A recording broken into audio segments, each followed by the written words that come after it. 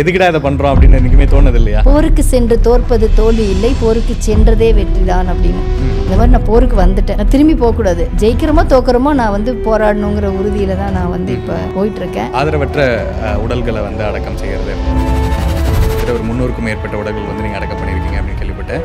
So அது எப்படி ஆரம்பிச்சது? பிறக்கிறப்ப ஒரு அம்மா அப்பாவுக்கு பிறக்கிறோம், அனாதையே அப்படி இறக்குறது எவ்வளோ கொடுமை. ஒரு மலர் மாலை கூட இல்லாமல் போகக்கூடாது.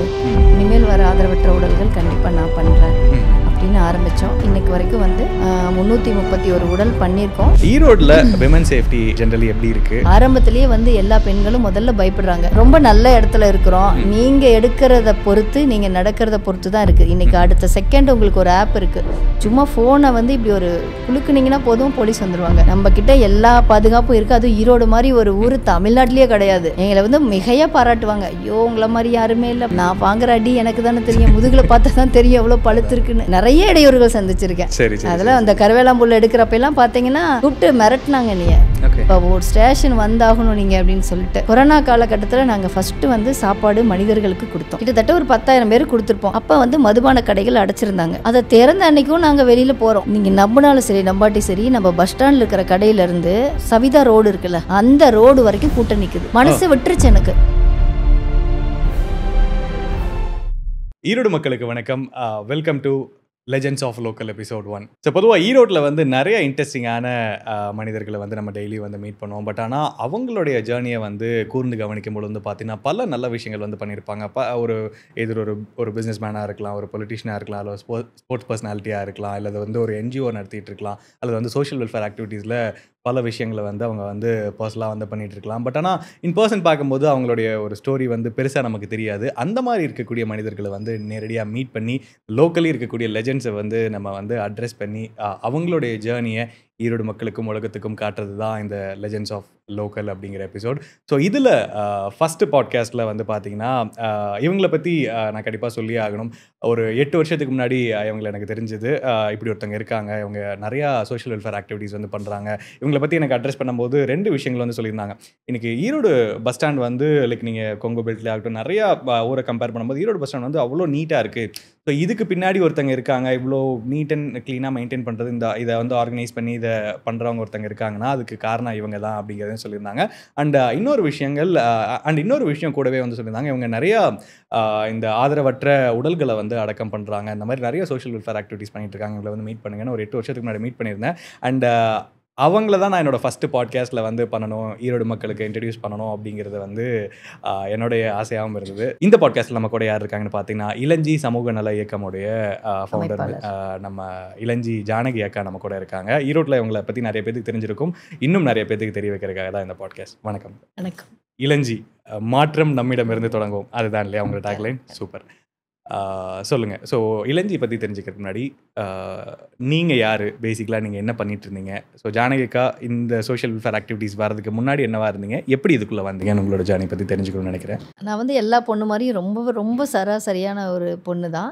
ஆனால் மனசுக்குள்ளே எப்பயுமே ஒரு ஆசை இருக்கும், நம்ம எதுலையாவது ஜெயிக்கணுங்கிற ஒரு எண்ணம் இருக்கும். அந்த மாதிரி இந்த மார்க்கெட்டிங் ஃபீல்டு இந்த மாதிரிலாம் நான் 2-3 இது எடுத்திருக்கேன். அதில் வந்து ரொம்ப சக்ஸஸ்ஃபுல்லாக தோற்றுருக்கேன். அதனால வந்து எனக்குள்ளே எப்பயுமே ஒரு எண்ணம் இருந்துகிட்டே இருக்கும். அப்புறம் வாழ்க்கையில் ஒரு நிலையில் வந்து நம்ம ஏன் வாழணும், எப்பயுமே நம்ம வாழ்க்கையில் மனிதர்கள் பார்த்தீங்கன்னா நமக்கு என்னென்னமோ அந்த இயற்கை கொடுத்துருக்கு, இறைவன் கொடுத்துருக்காரு. ஆனால் நாம் நமக்கான ஒன்றை தான் தேடிக்கிட்டே இருப்போம். அப்படி நானும் தேடிக்கிட்டு இருந்த ஒரு நிலையில் இனி நம்ம ஏன் வாழணும்னு நினைக்கிறப்ப தான் வந்து நமக்கு ஒரு மாற்றத்தை கொடுக்கறதுக்கு இந்த ஜல்லிக்கட்டு வந்தது. நம்ம ஈரோடில் எல்லா பக்கமே வந்தது. அப்போ அந்த ஜல்லிக்கட்டில் நான் கலந்துக்க ஒரு வாய்ப்பு கிடைக்கிறப்ப தான் நான் வந்து யோசித்தேன், நம்ம சுயநலமாக எல்லாமே யோசிக்கிறோம், இந்த உலகத்துக்காக நம்ம என்ன செஞ்சோம், இந்த மண் மரம் மலை எதுவும் நம்மளை எதுவும் கேட்கறது இல்லை, ஆனால் நாம் மட்டும் நமக்கு மட்டும் தான் கேட்குறோம், இந்த பத்திரமா வச்சுக்கிற வேலையோ எதுவுமே செய்யறதில்ல அப்படின்னு சொல்லிட்டு இப்போ ஏதோ ஒன்று எனக்குள்ளே தோணுச்சு. அதை வந்து விவரிக்க முடியல என்னால். அப்போ நம்ம இந்த மண்ணுக்காக வாழணும், இந்த மக்களுக்காக வாழணும்னு ஒரு முடிவு எடுத்துட்டு என்னோட வாழ்க்கையோட எண்ணங்களை, எனக்குள்ளே இருந்த வந்து அந்த தடுமாறின எண்ணங்களை எல்லாத்தையும் நான் சரி பண்ணிவிட்டு ஒரு ஏதாவது செய்யணும் அப்படின்னு ஆரம்பித்தது தான் வந்து இந்த இளஞ்சிங்கிற ஒரு ஆரம்பம். இது வந்து பார்த்தீங்கன்னா நம்மளோட ஜல்லிக்கட்டு வந்து வெற்றி அடைஞ்ச உடனே வெற்றி கொண்டாட்டம்னு ஒன்று ஆரம்பிக்கணும்னு தான் நம்ம ஸ்டார்ட் பண்ணோம். அப்போ நமக்கு எல்லாமே அனுமதி கிடைச்சப்போ அப்போ இருந்த எஸ்பி சார் சிவகுமார் சார் வந்து சொன்னார், இல்லை இதுக்குள்ள நீங்கள் யார், இதுக்கு நீங்கள் என்ன அடையாளம்னு கேட்டார். நான் ஒரு குரூப் சேர்த்துறோம் நாங்கள் ஜல்லிக்கட்டில், அப்போ எல்லாரும் சேர்ந்து பண்ணலாம் ஒரு ப்ரோக்ராம்னு பிளான் பண்ணி மாற்றுத்திறனாளிகள் இவங்களுக்கெல்லாம் ஏதாவது பண்ணணும், ஒவ்வொரு ஒரு ஈவெண்ட்னா நம்ம எப்படி பிளான் பண்ணுவோம் அப்படி பண்ணியிருந்தோம். அப்போ அவர் சார் வந்து சொன்னார், உங்களுக்கு ஒரு அடையாளம் இருந்தால் தான் நான் உங்களுக்கு அனுமதி கொடுக்க முடியும், இல்லைன்னா திடீர்னு யாராவது வேற ஏதாவது ஒரு பேரை சொல்லி அந்த கூட்டத்தோட அடையாளத்தை மாற்றிடுவாங்கன்னு சொன்னாங்க. அப்போ எனக்கு எந்த பேரும் இல்லை, என்னோட பேர் தவிர்த்து எதுவும் இல்லை. அப்போ தான் வந்து ஒரு ட்ரஸ்ட்டாக இருக்கணும் அப்படிங்கிற ஒரு வார்த்தையை அவர் தான் ஆரம்பித்தார். சமூக நல இயக்கம்னு சொல்லிட்டு அந்த ஐயா தான் ஆரம்பித்தார். அப்போ தான் நாங்கள் அதை ஒரு தேடுறப்போ, ஆனால் அந்த நிகழ்ச்சி நடக்கலை, நடக்கிறதுக்கு வாய்ப்பு ரொம்ப கம்மி, 10 நாள் தான் இருந்தது. ஆனால் எனக்குள்ள ஒரு கனவு இருந்தது பயங்கரமாக, நம்ம அதை பண்ண போகிறோங்கிற ஒரு எண்ணம் இருக்கும் இல்லையா, அந்த ஒரு பெரிய கனவு. அப்போ நான் என்ன பண்ணேன், சரி இது எப்படியாவது நம்ம நடத்தணும். அந்த தேதி வந்து பார்த்தீங்கன்னா பிப்ரவரி 14, இந்த காதலர் தினம்னு சொல்லிட்டு நம்ம நிறைய அந்த அன்னைக்கு விஷயங்கள் பண்ணுவாங்க. நம்ம ஏன் வந்து ஒரு காதல்ங்கிறது ஒரு ஆணுக்கும் பெண்ணுக்கும் ஆனதாக தான் அந்த அன்னைக்கு நம்ம அடையாளப்படுத்துகிறோம், அப்படி இல்லாமல் இந்த மண்ணுக்கும் ஆனதாக நம்ம காட்டணும் அப்படின்னு நினச்சிட்டு நாங்கள் அந்த மாற்றுத்திறனாளிகளை அழைச்சி அவங்களுக்கானது நாங்கள் ஏதாவது கொடுக்குறோம் அப்படின்னு சொல்லிட்டு அவங்களுக்கு என்ன வேணும்னு கேட்டு ஃபஸ்ட்டு ஒரு 3 வீல் சேர் கொடுக்க தான் ஸ்டார்ட் பண்ணோம். உண்மையாகவே அப்போ ரொம்ப ஒரு இதில் இருந்தோம். எனக்காக ஒரு குரூப் இருந்தது, குட்டி குரூப்பு. அதை வச்சு நாங்கள் போய் பெருந்துறையில் போய் ஆரம்பித்தோம் ஒரு பள்ளியில். அப்படியே அடுத்தது தொடர்ந்தது. அந்த பிப்ரவரி 14 அன்னைக்கு எங்களோட நியூஸ் பேப்பரில் வந்திருந்தது. எங்களுக்கு ஒரு பெரிய ஒரு சக்ஸஸ் அது. ஸோ ஜல்லிக்கட்டு போராட்டம்ல இருந்து ஆரம்பிச்ச உங்களோட ஜேர்னி, இப்போ என்னென்ன விஷயங்கள் ஈரோட்டில் நீங்கள் முன்னெடுத்து பண்ண விஷயங்கள் என்னென்னு சொல்ல முடியுமா? நீங்கள் நிறைய விஷயங்கள் பண்ணியிருக்கீங்கன்னு கேள்விப்பட்டிருக்கேன். ஸோ என்னென்ன விஷயங்கள்லாம் பண்ணியிருக்கீங்கன்னு சொல்லுங்களேன். ஆரம்பத்தில் வந்து நம்ம முதல்ல தான் இது முடிச்ச உடனே நம்ம கரவேலா முள் வந்தது. அதில் வந்து எவ்வளோ பேர் வந்து கலந்துக்கிட்டாங்க, எல்லாரும் மீட்டிங்கில் பேசுகிறாங்க. ஆனால் நாம் வந்து அது சக்ஸஸ்ஃபுல்லாக ஒரு 100 ஏக்கருக்கு மேலே நம்ம அது பண்ணணும். கரவேலா முள் அகற்றுறது அதுக்கு வந்து collector Prabhakaran sir, district judge Murugesan sir, அப்புறம் நம்ம commissioner senior Jamal Khan sir, இவங்க எல்லாமே வந்து அவங்கெல்லாம் நல்ல ஒரு ஆஃபீஸர்ஸ்லாம் இருந்ததுனால தான் நம்மளோட வேலையை செய்ய முடிஞ்சு. ரொம்ப உறுதுணையாக இருந்தாங்க. நம்ம இங்கே வெள்ளியம்பாளையங்கிற ஒரு ஊர், நம்ம இங்கே நரிப்பள்ளம், கொங்கம்பாளையம், இங்கெல்லாம் வந்து நம்ம நல்லா செஞ்சோம்.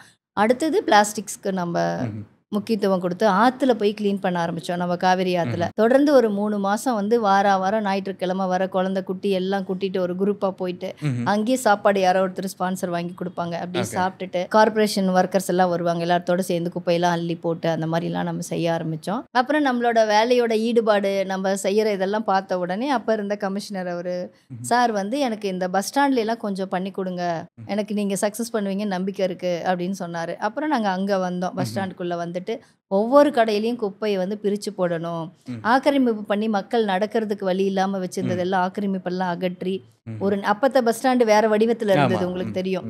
ரொம்ப நடக்கவே முடியாது, அந்த மாதிரிலாம் இல்லாமல் எல்லாம் அடைச்சி வைப்பாங்க. அது எல்லாத்தையும் வந்து ஓரமாக வச்சு அந்த அழகாக குப்பை இல்லாமல் அது பண்ண ஆரம்பித்தோம். அதுக்கப்புறமா வந்து இந்த பஸ் ஸ்டாண்டு சுத்தமாக வச்சுக்கணுங்கிறது ஒரு எண்ணம் ரொம்ப ஆழமாக வந்துருச்சு அந்த பிளாஸ்டிக்ஸை பிரிக்கிறப்போ. அப்போ அந்த பணியாளர்கள்ட்ட, தூய்மை பணியாளர்கள் தான் உண்மையாகவே எங்களோட இளஞ்சியோட வளர்ச்சிக்கு முக்கிய காரணம். அவங்க வந்து ரொம்ப துணையாக இருந்தாங்க. ஆரம்பத்தில் கொஞ்சம் இருந்தால் கூட அப்புறம் போக போக எங்களை புரிஞ்சுக்கிட்டு அவங்கக்கிட்ட சொன்ன ஒரே விஷயம், அவங்களுக்கு அப்பயே வந்து வேக்சின் 3-4 மாதத்துக்கு ஒரு தடவை வந்து கரெக்டாக அவங்களோட உடம்புக்கு ஏற்ற மாதிரி எல்லாமே அவங்களுக்கு தேவையானது எல்லாமே கார்பரேஷனும் சப்போர்ட் பண்ணாங்க. அப்போ அவங்கக்கிட்ட நாங்கள் பேசினோம், சுத்தமாக இருக்கிறதுனா நான் போய் சுத்தம் பண்ணுறது இல்லை, நான் சும்மா ஒரு பின்னாடி நிற்கிறோம் அவ்வளோதான், இது ஏன் செய்யலை, இது பண்ணால் நல்லாயிருக்கும் அப்படிங்கிறது தான். அப்புறம் வந்து அவங்கக்கிட்ட பேசணும், உங்களோட வேல்யூ என்ன, கடவுளே காசு கொடுத்தா கூட இந்த வேலை செய்ய மாட்டார், நீங்கள் செய்கிறது அவ்வளோ அற்புதமான ஒரு வேலை, நீங்கள் அதை மட்டும் சுத்தமாக செஞ்சு பாருங்கள், உங்களுக்கு எவ்வளோ சந்தோஷமாக இருக்குன்னு செஞ்சு பழகிட்டாங்க. அதே மாதிரி அங்கே வர இப்போ இருக்கிற ஆஃபீஸர்ஸ் வரைக்கும் அந்த சுத்தமாகவே பார்த்து பழகிட்டாங்க. அப்படியே தான் அது மெயின்டைன் ஆகுது. எனக்கு ரொம்ப பெருமையாக இருக்குது. யாரோ செல்ஃபியில் எடுத்து போட்டிருப்பாங்க, எனக்கு பெருமையாக இருக்குது என்னோட பஸ் ஸ்டாண்ட் அப்படின்னு. ஒரு ஈரோடு பஸ் ஸ்டாண்ட் இன்னைக்கு வரைக்கும் ரொம்ப நீட்டாக, அப்போ இருந்தே நீட்டாக இருந்தது, இன்னைக்கு இப்பயும் அப்படியே பார்த்து பழகிட்டோம். அப்படியே தான் இருக்குது, ஏர்போர்ட் மாதிரி இருக்குன்னுலாம் சொல்லியிருக்காங்க. நம்ம கவர்னர் பன்வாரிலால் புரோஹித் சார் அவர் வந்தப்பையும் அங்கே தான் வந்தார், அதெல்லாம் பார்த்தாரு, எனக்கு கொஞ்சம் பாராட்டிட்டு போனார். அப்புறம் நம்ம இந்த பார்க் வஉசி பார்க் நம்ம ஈரோடில் இருக்குது, அதுக்கு பின்னாடி பார்த்தீங்கன்னா ஒரு குரூப் இருந்தாங்க, அந்த பூம்பு மாட்டு இனத்தவர்னு சொல்லிட்டு ஒரு 120 பேர் இருந்தாங்க. அவங்க எப்பயும் என்ன பண்ணியும் அவங்கள காலி பண்ண முடியல. அந்த இடமே ரொம்ப மோசமாக இருக்கும், ரோட்டில் வண்டி போகிறதுக்கு பயமாக இருக்கும், குழந்தைங்கள்லாம் ரோட்டில் விளையாடும், அந்த மாதிரி இருந்தாங்க. அது வந்து ஒரு பெரிய ஒரு போராட்டம் அது. அப்போ வந்து அப்புறம் பூந்துறையில் கலெக்டர் பிரபாகரன் சார் வந்து அங்கே இடம் கொடுத்துருந்தாரு. ஒளிரும் ஈரோடில் வந்து பணம் கொடுத்துருந்தாங்க அவங்களுக்கு, குட்டி குட்டியாக அவங்களுக்கான வீடு கட்டுறதுக்கு. அப்புறம் இங்கே நாங்கள் இந்த காலி பண்ணுறதுக்கு என்ன பண்ணணும்னு அவங்களுக்கு பேசி கவுன்சிலிங் கொடுத்து அவங்களாம் மாற்றி இப்போ அந்த இடம் வந்து பார்க்காக இருக்குது. எனக்கு ஒரு பெரிய சந்தோஷம். அப்புறம் நம்ம நேதாஜி மார்க்கெட், பழைய மார்க்கெட் எவ்வளோ எக்ஸலண்ட்டாக இருந்தது உங்களுக்கு தெரியும். நம்ம கடைவீதிக்குள்ளே போனால் எல்லாத்தையும் முடிச்சுட்டு தான் நம்ம வந்து கண்டிப்பாக வெளியே வருவோம். அப்போ அங்கேயும் இதே மாதிரி பிளாஸ்டிக் இந்த இதெல்லாம் எல்லாமே பண்ணாரு. அந்த ரோடு எல்லாம் ஆக்கிரமிப்பெல்லாம் வந்து கூட நான் நிற்பேன். எல்லாத்துக்குமே வந்து எது எது எப்படி பண்ணணும், முன்னெடுப்பு எடுத்து இது எப்படி ஆமாம் இது பண்ணணும்ங்கிறது எப்படி ஆர்கனைஸ் பண்ணணும், பண்றது அதே மாதிரி அதை ஃபாலோ பண்ணுவேன். கரெக்டாக இருக்குதா, இது ஏன் பண்ணலை அப்படின்னா அதுக்கான இது பண்ணிட்டு இருந்தோம். அப்போ வந்து வியாபாரம் பண்ணுறதே அந்த கரண்ட் கம்பத்துக்கு அடியில், டிரான்ஸ்ஃபார்ம்க்கு அடியில் வந்து வியாபாரம் பண்ணிட்டு இருந்தாங்க. அது ரொம்ப ஆபத்தானதுன்னு சொல்லி பேசி அதுக்கு பயங்கர போராட்டம். ஓகே ஓகே ஓகே அது என்னன்னே புரியாம எல்லாரும் ஏதோ பயந்துட்டாங்க. அப்புறம் அதையெல்லாம் மாத்தி இன்னொரு இடத்துல இபி மூலியமா எல்லாம் வேற இடத்துல மாத்தி புது டிரான்ஸ்ஃபார்ம் போட்டு மக்களுக்கு பாதுகாப்பு பண்ணி கொடுத்தோம். அதுக்கப்புறம் நிறைய இடத்துல நம்ம ஈரோட்ல பாத்தீங்கன்னா இப்போ கூட ஒரு விபரீதம் நடந்தது. சென்னையில் கரண்ட் கம்பி ஏதோ பிடிச்சி ஒருத்தர் இறந்துட்டாங்க. நம்ம ஊரில் பார்த்தீங்கன்னா கிட்டத்தட்ட ஒரு 25 to 30 இப்போ பெருந்துறையிலையும் ஸ்டார்ட் பண்ணியிருக்கோம். அந்த மின் மாற்றி இருக்கு இல்லைங்களா, கரண்ட், அதுக்கு வந்து எல்லா இடத்துலையும் நம்ம பாதுகாப்பு வலையும் முடிஞ்ச வரைக்கும் போட்டிருக்கோம். இப்போ அடுத்தது இனி அதுதான் நிறைய போட போகிறோம். அதெல்லாம் வந்து பண்ணிட்டு இருக்கிறோம். அப்புறம் அங்கே ஒரு 90 கடை வந்து திறக்காமையே இருந்தது. ஒரு 8.5 வருட காலமாக வந்து திறக்காமையே இருந்தது. அதெல்லாம் அந்த மார்க்கெட் மக்கள்கிட்ட எல்லாம் பேசி இதெல்லாம் வந்து நீங்கள் கண்டிப்பாக இது பண்ணுங்கள், கவர்மெண்ட்டுக்கு எவ்வளோ லாஸ் உங்களுக்கு யூஸ் ஆகணும் அப்படின்னு அவங்களுக்கெல்லாம் பேசி புரிய வச்சு அந்த கடையெல்லாம் வந்து எடுத்து கொடுத்தோம். அது ஒரு பெரிய சக்ஸஸ். அப்போ ரொம்ப அந்த கமிஷனர் சார் வந்து எங்களால் முடியவே இல்லைம்மா, நீங்கள் எப்படியோ பண்ணிட்டீங்க. நாங்கள் இன்னைக்கு வரைக்கும் அந்த மக்களுக்கு அந்த இடத்துல இருக்கிற ஒரு அடையாளம்னா அந்த 90 கடை தான் இருக்குது. அந்த கடை அவங்களுக்கு கொடுக்கல, ஆனால் அந்த கடை இருக்குது அவங்களுக்கு, இன்ன வரைக்கும் வாடகை கட்டிட்டு இருக்காங்க. நீங்கள் நிறைய விஷயங்கள் பண்ணியிருக்கீங்க. அதில் எனக்கு ஸ்பெசிஃபிக்காக நான் கேட்டு தெரிஞ்சுக்கணும்னு நினச்சது இந்த ஆதரவற்ற உடல்களை வந்து அடக்கம் செய்கிறது அப்படின்னு சொல்லிட்டு கிட்டத்தட்ட ஒரு 300க்கும் மேற்பட்ட உடல்கள் வந்து நீங்கள் அடக்கம் பண்ணியிருக்கீங்க அப்படின்னு கேள்விப்பட்டேன். ஸோ அது எப்படி ஆரம்பிச்சது அண்ட் அதில் நீங்கள் இதை பண்ணணும்னு எப்படி ஒரு முன்னெடுத்தீங்கன்னு சொல்ல முடியும்? அப்போ வந்து கொரோனா காலகட்டம். நாங்கள் வந்து கொரோனா காலத்தில் பார்த்தீங்கன்னா நாங்கள் கவர்மெண்ட் ஹாஸ்பிட்டலுக்குள்ளேயே, அப்போ எங்கேயுமே ஜெராக்ஸ் எடுக்க வெளியே போக முடியாது. மக்கள் ரொம்ப தடுமாறு. நாங்கள் உள்ளேயே ஜெராக்ஸ் மிஷின் ஒருத்தர் ஸ்பான்சர் கொடுத்தாங்க, வாங்கி உள்ளேயே வச்சு நாங்கள் எங்கள் இளஞ்சியில் ஒரு ஆள் போட்டு அங்கேயும் காசு ₹1 கூட வாங்கலை.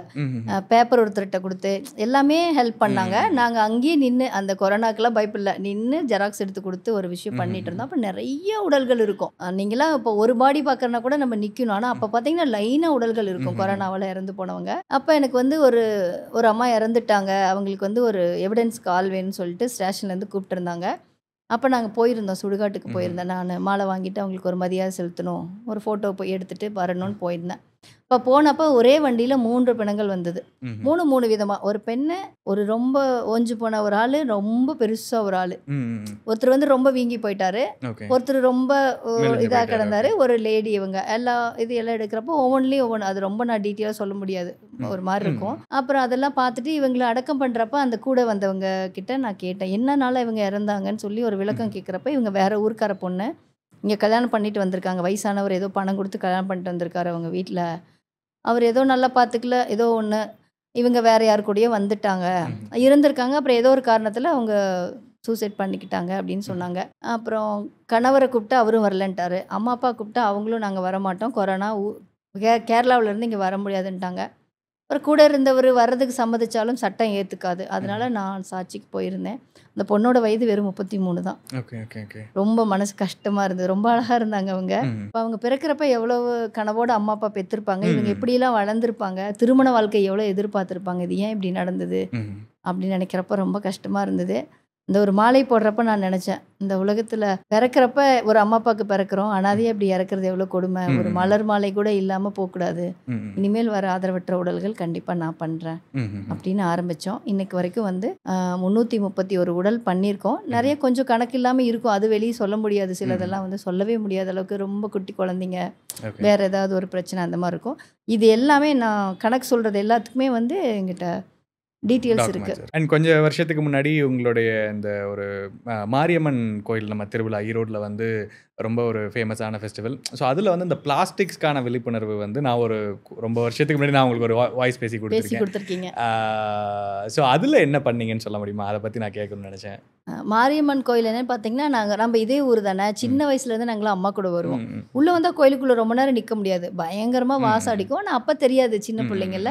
கொஞ்சம் பெருசானதுக்கப்புறம் அது என்ன அப்படின்னு நம்ம ட்ரஸ்ட்டில் நம்ம வந்ததுக்கப்புறம், அந்த பிளாஸ்டிக்ஸ் நம்ம ஆற்றுலையில் எடுத்துகிட்டு வந்ததுக்கப்புறம் அது என்னன்னு பார்த்தா, அந்த பால் ஊற்றுறதும், பால் அதுக்கு மேலே இந்த வேப்பில் தண்ணி எல்லாமே கலந்தப்போ அது ஃபுல்லாக ஸ்பீடாக வெளியில் போக முடியாமல் அப்படியே நின்றுக்கும். அப்போ என்ன ஆகுனா, அது அப்படியே கொஞ்சம் தயிர் தவஞ்ச மாதிரி, வேறு மாதிரி ஒரு பால் ஸ்மெல், உள்ளே வர முடியாத மாதிரி இருக்கும். இப்போ நாங்கள் ஃபஸ்ட்டு வருஷம் கருவேலாம்புல்லுக்கு அங்கே போர்டு வச்சுருந்தப்ப நான் அதை எல்லாத்தையுமே பார்த்துக்கிட்டேன். 2017 18 நான் அதை பண்ணணும்னு முடிவு பண்ணிட்டோம்.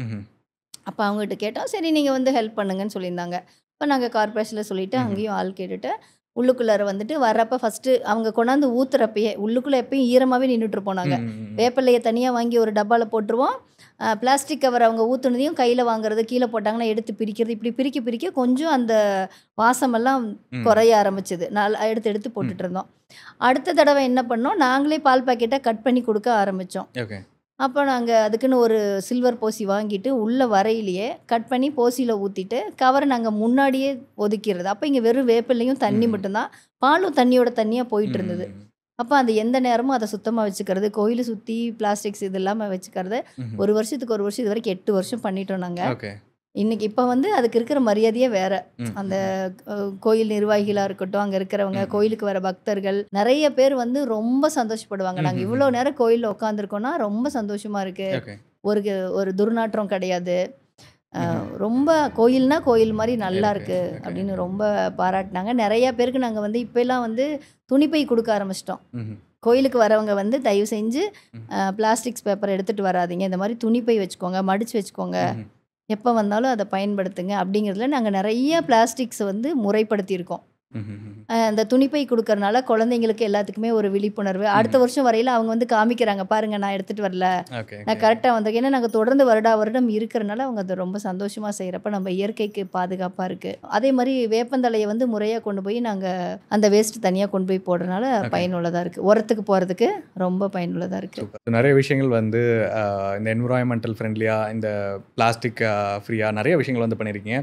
எப்பயுமே ஒரு இந்தியாவை பொறுத்த வரைக்கும் ஒரு சேஃபஸ்ட்டு பிளேஸ் டு லிவ் அல்லது வந்து இந்த ஊரில் வந்து நீங்கள் சேஃபாக இருக்கலாம் அப்படிங்கிறது வந்து இந்த விமன் சேஃப்டி வைஸ் தான். வந்து விமன் சேஃப்டி அந்த ஊரில் விமன்ஸ் வந்து சேஃப்டியாக இருக்காங்க அப்படின்னா தான் கண்டிப்பாக வந்து அந்த ஊரில் வந்து நம்ம சேஃபாக வாழலாம் அப்படின்னு ஒரு ஸ்ட்ராட்டஜிஸ் வந்து சொல்லுவாங்க.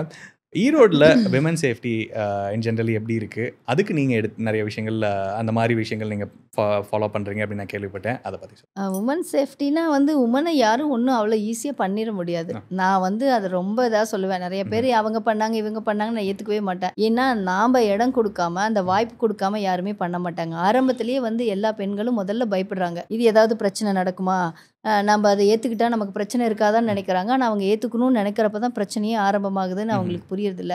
ஒரு இக்கட்டான சூழ்நிலையில் போய் மாட்டிக்கிறாங்க. அப்போ என்ன பண்ணுறதுன்னு தெரியாமல் சிலர் வாழ்க்கைக்குள்ளேயே போய் மாட்டிக்கிறாங்க.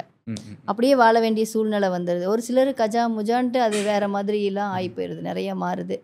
அப்படிலாம் இல்லாமல் பெண்கள் வந்து சேஃப்டிக்கு இங்கே எல்லா காவல்துறை மூலிமா எல்லாமே இருக்குது. நாங்கள் நிறைய இடத்துல சுவர் ஓவியங்கள் நிறைய வரைஞ்சிருக்கோம், விழிப்புணர்வு ஓவியங்கள்.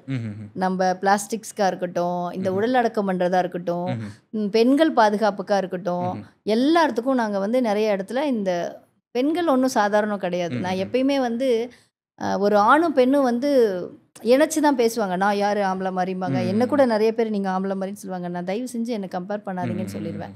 ஏன்னா அவங்க வேற நாம் வேற, ரெண்டும் ஒன்று தான். ஆனால் நீங்கள் அதை வந்து நீ யாரு நான் யாருன்னு காமிக்கிறதுல தான் இப்போ பிரச்சனையே போயிட்டு இருக்கு. நம்மளோட பலம் வேற, அவங்க பலம் வேற, அவங்க நம்மளோட பேக் போன், அப்படி தான் நான் சொல்லுவேன். அதனால பெண்கள் வந்து நம்ம எதுலேயோ நம்மளோட ஈக்குவாலிட்டி காமிக்கிறோன்னு சொல்லிட்டு தன்னை இழக்கிறாங்க. நம்ம கிட்ட எல்லா பாதுகாப்பும் இருக்குது. அதுவும் ஈரோடு மாதிரி ஒரு ஊர் தமிழ்நாட்டிலேயே கிடையாது. ஆனால் நாமளா வந்து எதுக்குள்ளேயோ நம்ம மாட்டிக்கிறோம். அது என்னால் விரிவாக சொல்ல முடியாது, உங்களுக்கு தெரியும்.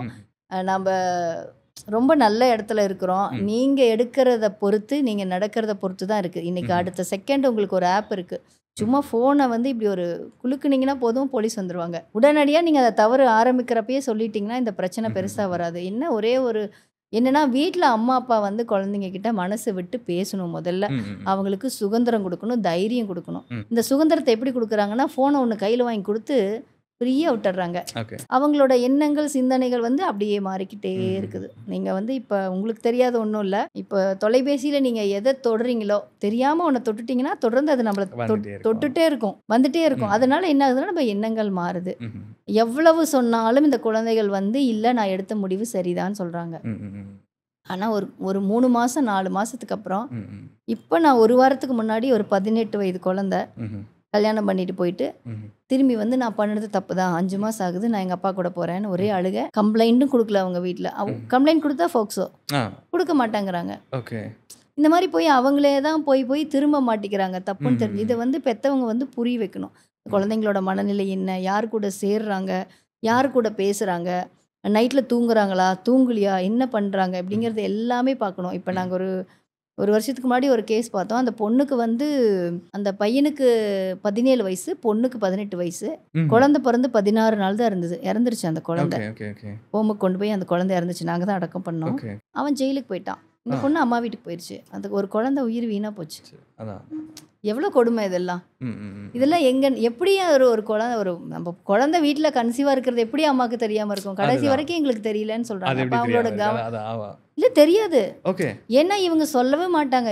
இதில் ஒரு இயற்கையோட அதிசயம் என்னன்னா, இப்போ நம்ம வீட்டில் கன்சீவாக இருக்காங்கன்னா எவ்வளோ ஆசையாக அந்த குழந்தைங்களை நம்ம பார்த்துக்குவோம். அதுங்க வாமிட் எடுப்பாங்க, பிடிச்சதெல்லாம் பண்ணி கொடுப்போம், ஹாஸ்பிட்டல் கூட்டிகிட்டு போகிறது, ஸ்கேன் பண்ணுறது, தடுப்பூசி இப்படிலாம் பண்ணுறோம். ஆனால் இந்த மாதிரி தப்பு பண்ணுற குழந்தைங்களுக்கு எந்த ஒரு சிம்டம்ஸுமே இல்லாமல் நிறைய குழந்தைங்க வந்து 5 மாதம் ஆகி கூட போய் நாங்கள் வந்து மென்சஸ் ஆகலைன்னு டாக்டர்கிட்ட பார்க்குறப்ப அவங்க சத்து டானிக் கொடுத்து அது இன்னும் ஹெல்த்தியாக வளர்கிற அளவுக்குலாம் பண்ணியிருக்காங்க. 5 மாத குழந்தையெல்லாம் நாங்கள் வந்து அது ரொம்ப கஷ்டம் அதெல்லாம். ஏன்னா பெற்றவங்க வந்து கவனிக்கணும்.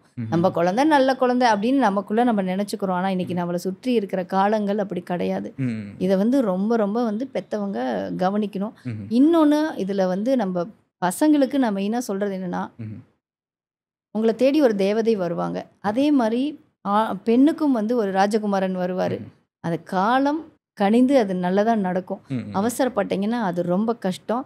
இதுலேயும் கண்டிப்பாக பசங்களுக்கு ரொம்ப ரொம்ப ஆபத்து. வாழ்க்கை வீணாக போயிடும். முதல்லாம் வந்து பார்த்தீங்கன்னா பேப்பரில் தான் எழுதுவாங்க. நம்ம எஃப்ஐஆர் காப்பிங்கிறதெல்லாம் இப்போ கம்ப்யூட்டரில் என்ன தப்பு பண்ணிங்கனாலும் உங்களுக்கு எல்லாமே உங்கள் ஆதார் கார்டு போட்டிங்கன்னா டீட்டெயில்ஸ் வந்துடும். ரெண்டாவது, அந்த பொண்ணே உங்களை வந்து நான் வாழ மாட்டேன், என்னை கூட்டிகிட்டு போயிருங்க, நான் செத்துருவேன், நீ தான் வேணும்னு சொன்னாலும் போனால் நீங்கள் தான் உங்கள் வாழ்க்கை தான் வீணாக போகும். உங்களை தான் உள்ள தூக்கி வைப்பாங்க. அவ சொன்னா நீ போவியா அப்படிதான் வைப்பாங்க. அந்த பொட்டை பிள்ளைங்க அழுகும், எல்லாமே பண்ணும், கடைசியில் அம்மா வீட்டுக்கு வந்துடும். ஏன்னா எதுக்காக பெண்களுக்கு தண்டனை கொடுக்காம ஆண்களுக்கு கொடுக்குறாங்க? பெண்கள் ரொம்ப சென்சிட்டிவ், ரொம்ப ஸ்ட்ராங் அவங்க. ஆனால் தேவையில்லாத விஷயத்தில் வந்து வீக் ஆயிடுறாங்க, வேற விஷயத்துல ஸ்ட்ராங் ஆயிடுறாங்க. தப்பு செய்யறதுக்கு ஸ்ட்ராங்கா இருக்காங்க, தெளிவாகிறதுக்கு சென்சிட்டிவா இருக்காங்க. அந்த ப்ராப்ளம். பசங்க வந்து ரொம்ப கவனமா இருக்கணும். எல்லா பக்கம் போனாலும் பசங்கள கண்ணே மாட்டிக்காதீங்க, லைஃப் வீணா போயிடும், கொண்டு உள்ள உட்கார வச்சிருவாங்க. தயவு செஞ்சு கவனமா இருங்கன்னு சொல்றேன். இங்க எல்லாருக்கும் எல்லா சேஃப்டி இருக்கு. நாம எப்படி நடந்துக்கிறோமோ அதை பொறுத்து தான் இருக்கு. ஸோ உங்களோட பார்வையில் அடுத்து ஈரோட்டில் நீங்கள் நிறைய விஷயங்கள் முன்னெடுத்து பண்ணியிருக்கீங்க. பட் இதெல்லாம் இன்னும் கொஞ்சம் மாறினா நல்லாயிருக்கும், அடுத்து நாங்கள் இதெல்லாம் பண்ணலான் இருக்கோம், இல்லை வந்து இன்னும் மக்கள் வந்து சப்போர்ட் பண்ணணும், எந்த விதத்தில் வந்து இன்னும் கொஞ்சம் ஈரோட்டில் வந்து இன்னும் கொஞ்சம் ஒரு மெச்சூரிட்டியோ இல்லை இதெல்லாம் மாற்றம் வந்தால் நல்லாயிருக்கும் நீங்கள் நினைக்கிறீங்க? ஒரு சிலருக்கு வருத்தமாக கூட இருக்கலாம். எனக்கு என்னன்னா, இந்த முதியோர்கள் வந்து ரோட்ல இருக்கிறவங்க வந்து எனக்கு ரொம்ப வருத்தம். ஏன்னா யாரும் வந்து இங்கே தனியாக பிறக்கிறது இல்லை. அவங்களுக்கும் குழந்தை, நாங்கள் இப்போ இறந்து போகிறாங்கல்ல யாருமே இல்லாமல், அவங்கள இறக்கிறதுக்கு முன்னாடியும் சிலரை பார்த்துருக்கோம். சிலரெல்லாம் வந்து எங்களுக்கு முன்னாடியே சொல்லிடுவாங்க, நான் இறந்தா நீங்கள் தான் என்னை எடுத்துகிட்டு போகணும் அப்படிலாம் சொல்லி ஒரு அம்மா அவங்க வீட்டுக்காரர் இறந்ததுக்கு சொன்னாங்க. அவங்களுக்கும் நாங்கள் தான் அடக்கம் பண்ணோம். இப்போ அவங்களோட இறப்பை முன்னாடியே முடிவு பண்ணிக்கிறாங்க. அப்போ அப்படி இருக்கிறப்ப ஏன் அவங்கெல்லாம் ரோட்டுக்கு வராங்கன்னா, இந்த சமூகம் தான் காரணம். சமூகங்கிறது அவங்க பெத்த குழந்தைங்க, இல்லை அவங்கள பெற்றவங்க, இந்த மாதிரி தான். ஏன் அவங்கள ரோட்டில் விடுறாங்க? அப்படி விடுறப்ப அவங்களுக்கு தேவை என்னவா இருக்குது? சாப்பாடு. இந்த சாப்பாடை யாரோ கொடுக்குறப்ப எதுக்காக உயிர் வாழ்கிறோன்னே அவங்களுக்கு தெரியல. மனசளவில் ரொம்ப பாதிக்கப்பட்டு எதையோ சாப்பிட்டுட்டு எங்கேயோ படுத்துட்டு எப்படியோ வாழ்கிறாங்க. இந்த முதியோர்களை வந்து தயவு செஞ்சு, நான் ஒரு புக்கில் படிச்சிருக்கேன், முதியோர்களும் முற்றங்களும் இல்லாத இடத்துல குருவி கூடு கட்டாது அப்படின்னு சொல்லி நான் படிச்சிருக்கேன். அந்த மாதிரி முதியோர்கள் இல்லைன்னா அந்த வீடு நல்லாவே இருக்காது. தயவு செய்து இந்த தவறை வந்து யாரும் செய்ய வேண்டாம். அந்த எங்கள் வீட்டில் எங்கள் அம்மாயெல்லாம் சொல்லுவாங்க ஒரு பழமொழி, குருத்தோலை வந்து பழுத்த ஓலையை பார்த்து சிரிக்குமா, நீ பழுத்துட்ட, கீழே விழப்போற, நான் இதில் தான் இருக்க போறேன்னு சொல்லி சிரிக்குமா. ஏன்னா அதுவும் பழுக்க போதுன்னு அதுக்கு தெரியாது. அது மாதிரி தான் நம்ம தவறுகள் வந்து இங்கே நிறைய செய்கிறாங்க. அதே மாதிரி எனக்கு இன்னொன்று பிடிக்காத விஷயம் என்னன்னா, சாப்பாடு. ரோட்ல இருக்கிற எல்லாருக்கும் சாப்பாடு கொடுக்குறோங்கிற பேரில், அன்னதானம் பண்ணுறோங்கிற பேரில், சாப்பாட்டுக்குன்னே உக்காந்து சாப்பிட்டு அவங்க உழைக்கிற திறமையை நிறைய பேர் எழுந்துடுறாங்க. இப்போ கூட நீங்கள் வாங்க, 40 வயசு 35 வயசு இருக்கிறவங்கெல்லாம் காமிக்கிறேன், போதைப் பொருளுக்கு அடிமையாகி ரோட்ல. அவங்களுக்கு கஷ்டப்பட வேண்டிய அவசியமே இல்லை. யாரோ 5 ரூபா 10 ரூபா தர்மராசா போட்டுடுறாங்க, அதில் எதையோ வாங்கிக்கிறாங்க. சாப்பாடு யாரோ போட்டுடுறாங்க, சாப்பிட்டுறாங்க, அங்கேயே படுத்துக்கிறாங்க, அசிங்கம் பண்ணுறாங்க. ரொம்ப நம்ம சிட்டி கெட்டு போகிறதுக்கு காரணம் இதுதான் மெயின் காரணம். எவ்வளோ வேலைகள் வந்து கார்ப்பரேஷன் எடுக்கிறாங்க, எல்லாமே செய்கிறாங்க, சுத்தம் பண்ணுறாங்க. இதை மட்டும் நம்மளால் பண்ணவே முடியல. ஓகே. கொஞ்சம் உழைக்கிறதுக்கு வசதி இருக்கிறவங்கள உழைக்கிறதுக்கான ஒரு இடத்துல அனுப்பி அவங்களுக்கு ஏதாவது ஒன்று பண்ணுனா கொஞ்சம் வந்து இந்த யாசகர்கள் வந்து கொஞ்சம் குறைவாங்க. Okay, okay, okay. நம்ம கொடுக்குற தானம் சரியானவங்களுக்கு போய் சேரும். நம்ம தவறானவங்களுக்கு போகிறனால நம்ம யாசர்களை உருவாக்கிட்டே இருக்கிறோம். ஒரு கட்டத்துக்கு மேலே அவங்க ஏன் வேலை செய்யணும் அப்படின்னு அப்படியே படுத்து ரொம்ப ஒரு அடிமையாயிடுறாங்க. இப்போ நாங்கள் பார்த்தீங்கன்னா கொரோனா காலகட்டத்தில் நாங்கள் ஃபஸ்ட்டு வந்து சாப்பாடு மனிதர்களுக்கு கொடுத்தோம். கிட்டத்தட்ட ஒரு 10,000 பேர் கொடுத்துருப்போம். இங்கே வந்து கம்மி தான் ஈரோடில். நாங்கள் அந்தியூரில் வந்து அதுக்குன்னே ஒரு டீமை அமைச்சு எல்லாருக்கும் சாப்பாடு கொடுத்து எல்லாமே பண்ணோம். அப்போ வந்து மதுபான கடைகள் அடைச்சிருந்தாங்க, உங்களுக்கு தெரியும். அதை திறந்த அன்னைக்கும் நாங்கள் வெளியில் போகிறோம். நீங்கள் நம்பினாலும் சரி நம்பாட்டி சரி, நம்ம பஸ் ஸ்டாண்டில் இருக்கிற கடையிலேருந்து நம்ம சவிதா ரோடு இருக்குல்ல, அந்த ரோடு வரைக்கும் கூட்டம் நிற்குது. மனசு விட்டுருச்சு எனக்கு. ஓகே. இவங்களுக்கு தானே நம்ம இத்தனை நாள் சாப்பாடு கொடுத்தோம். இந்த ரோட்ல இருந்தவங்க எல்லா மக்களும் இருக்காங்க, அதில் ரோட்ல இருந்தவங்களும் நிற்கிறாங்க. இப்போ இவங்களுக்கு காசு எங்கிருந்து வந்தது? இத்தனை நாள் சோறிலேருந்து கொடுத்தோம், அப்போ இன்னைக்கு மதுபான கடையில் நிற்கிறாங்க அப்படிங்கிற ஒரு மனசில் இது வந்ததுலேருந்து நாங்கள் 90% சாப்பாடு கொடுக்கறத வந்து நிறுத்திட்டு, இப்போ எங்கேயாவது மீதி ஆயிடுச்சு கொடுக்கணுன்னா கூட குடும்பங்களாக வாழ்கிறாங்க பாருங்க. எத்தனையோ பேர் வசதி இல்லாமல் மாதம் ஒரு சிப்பம் அரிசி எடுத்து போட்டால் கும்பிடு நம்மளுக்கு பண்ணுவாங்க. அந்த மாதிரி நாங்கள் கொடுக்க ஆரம்பித்தோம். அதே மாதிரி 2வது கொரோனாவில் நாங்கள் வாயில்லா ஜீவன்களுக்கு உணவு போட ஆரம்பித்தோம். இப்போ வாயில்லா ஜீவனை பற்றி பேசினாவே வம்பா இருக்குது. எங்கள் வீட்டிலே ஒரு 20-30 பேர் இருக்காங்க. அவங்களுக்கு போட ஆரம்பித்தோம். அது ரொம்ப ஒரு ஆத்ம திருப்தியாக. ஏன்னா ஊரே கடை சாத்தியாச்சு, எங்கேயும் சாப்பாடு இல்லை, எந்த கடையும் இல்லை. அவங்க என்ன பண்ணுவாங்க, நான் போனாவே ஒரு 10-20 பேர் என் பின்னாடி வந்துடுவாங்க. எல்லா பக்கம் போய் சாப்பாடு வச்சுட்டு ரொம்ப நிம்மதியாக இருந்துச்சு. ஸோ நிறைய விஷயங்கள் பேசிகிட்டு இருக்கும்போது நீங்கள் நிறைய முன்னெடுப்புகள் பண்ணியிருக்கீங்க அப்படிங்கிறது வந்து புரிஞ்சுக்க முடிஞ்சுது. பட் இருந்தாலும் இது வந்து ஒரு அமைப்பினாலேயோ அல்லது ஒரு நபர்னாலேயோ ஒரு ஈரோட்டையே மாற்றணும், ஒரு ஒரு ஊரையே வந்து மாற்றணுங்கிறது ஒரு பெரிய சேலஞ்ச் தான். பட் இதுக்கு மக்களுடைய ஆதரவு அண்ட் மக்கள் வந்து சப்போர்ட் அப்படிங்கிறது கண்டிப்பாக வேணும். மக்களுக்கு ஒரு அவேர்னஸ்ங்கிறது ஃபர்ஸ்ட் வரும். ஸோ இன்னைக்கு பப்ளிக் அவேர்னஸ்க்கு என்னென்ன மாதிரி விஷயங்கள்லாம் பண்ணியிருக்கீங்கன்னு சொல்லுங்கள். நிறைய சுவர் ஓவியங்கள் வரைஞ்சிருக்கோம். நம்ம காவல்துறை கண்காணிப்பாளர் அலுவலகம், அழகரசன் நகர், கருங்கல்பாளையம், கனிராவத்தர் குளம், இந்த மாதிரி நிறைய இடத்துல நாங்கள் பஸ் ஸ்டாண்டில் அந்த மாதிரி நிறைய இடத்துல வந்து விழிப்புணர்வு ஓவியங்கள் வரைஞ்சிருக்கிறோம். பெண்கள் பாதுகாப்பு, பிளாஸ்டிக்ஸை வந்து எப்படி நம்ம முறைப்படுத்தணும், துணிப்பை பயன்படுத்தணும், இந்த மாதிரி ஆதரவற்ற உடல்கள் அடக்கம் பண்ணுறதுனா எங்களை எப்படி தொடர்பு கொள்வது, இந்த மாதிரி எல்லாம் வந்து நாங்கள் விழிப்புணர்வு ஓவியங்கள் வரைஞ்சிருக்கோம். அதே மாதிரி அந்த காலத்தில் நம்ம வாழ்ந்த வாழ்க்கை இருக்குல்ல, கடையில் போய் முட்டாய் வாங்கி சாப்பிட்றது, யானை சவாரி போகிறது, இந்த மாதிரியான ஓவியங்கள்லாம் வந்து நாங்கள் மக்களுக்காக மறந்து போயிடக்கூடாது அப்படிங்கிறதுக்காக அந்த மாதிரி பண்ணியிருக்கிறோம். அதே மாதிரி பிளாஸ்டிக்ஸ் வந்து நம்ம பையில் இந்த மஞ்சப்பை அப்படிங்கிறது ஒரு பெரிய அவேர்னஸாக இருக்குது. ஆனால் அதில் என்னோட இது என்னென்னா, குறிப்பாக துணிப்பை மஞ்சள் கலரில் இருக்கணுங்கிற அவசியம் இல்லை. ஏன்னா நீங்கள் கலர் போட்டிங்கனாலும் அதுக்கும் நிறைய வந்து நிறைய ப்ராசஸ் கெமிக்கல் எல்லாம் இருக்குது. அதனால் எனக்கு வந்து துணிப்பை பயன்படுத்தணும். இப்போ நாங்கள் வந்து மகளோட திருமணத்துக்கு கூட நாங்கள் பார்த்தீங்கன்னா அந்த காரிக்கன் துணியில் அப்படியே நாங்கள் இது பண்ணி தான் கொடுத்தோம். நிறைய அந்த மாதிரி தான் கொடுப்போம் துணிப்பை. அந்த மாதிரி எல்லாரும் பயன்படுத்த ஆரம்பிச்சாங்கன்னா முக்கால்வாசி ஈரோடு சுத்தமாயிரும். பிளாஸ்டிக்ஸ் வந்து சுத்தமாயிரும். அதே மாதிரி மக்கள் என்ன பண்ணுறாங்கன்னா, இப்போ நம்ம கடைக்கு வர்றாங்கன்னா நம்ம கிட்ட கேரி பேக் இல்லைன்னா வேற கடைக்கு போகிறாங்க, கையில் ஒரு பை கொண்டு வர மாட்டேங்கிறாங்க. அதை தவிர்த்து அவங்க வீட்டிலேருந்து வரையிலேயே நம்ம ஒரு 1/4 கிலோ தொலைபேசி சுமந்துட்டு இருக்கிறோம், ஒரு 50 கிராம் பை சுமக்க முடியாதா? அது கொஞ்சம் கையில் எடுக்க ஆரம்பித்தாங்கன்னா நம்ம ஈரோடு வந்து இன்னும் ரொம்பவே சுத்தமாக இருக்கும். அதே மாதிரி பெண் பிள்ளையாக இருக்கட்டும், ஆண் பிள்ளையாக இருக்கட்டும், ஆண் பிள்ளைக்கு பெண்ணை மதிக்கிறதுக்கு கற்றுக் கொடுக்கணும், பெண் பிள்ளைக்கு துணிச்சலாக இருக்கிறதுக்கு கற்றுக் கொடுக்கணும். ரெண்டையும் கற்றுக் கொடுத்தாங்கனாவே நமக்கு இன்னும் காவல்துறையினருக்கு பாதி வேலை கம்மியாயிரும்.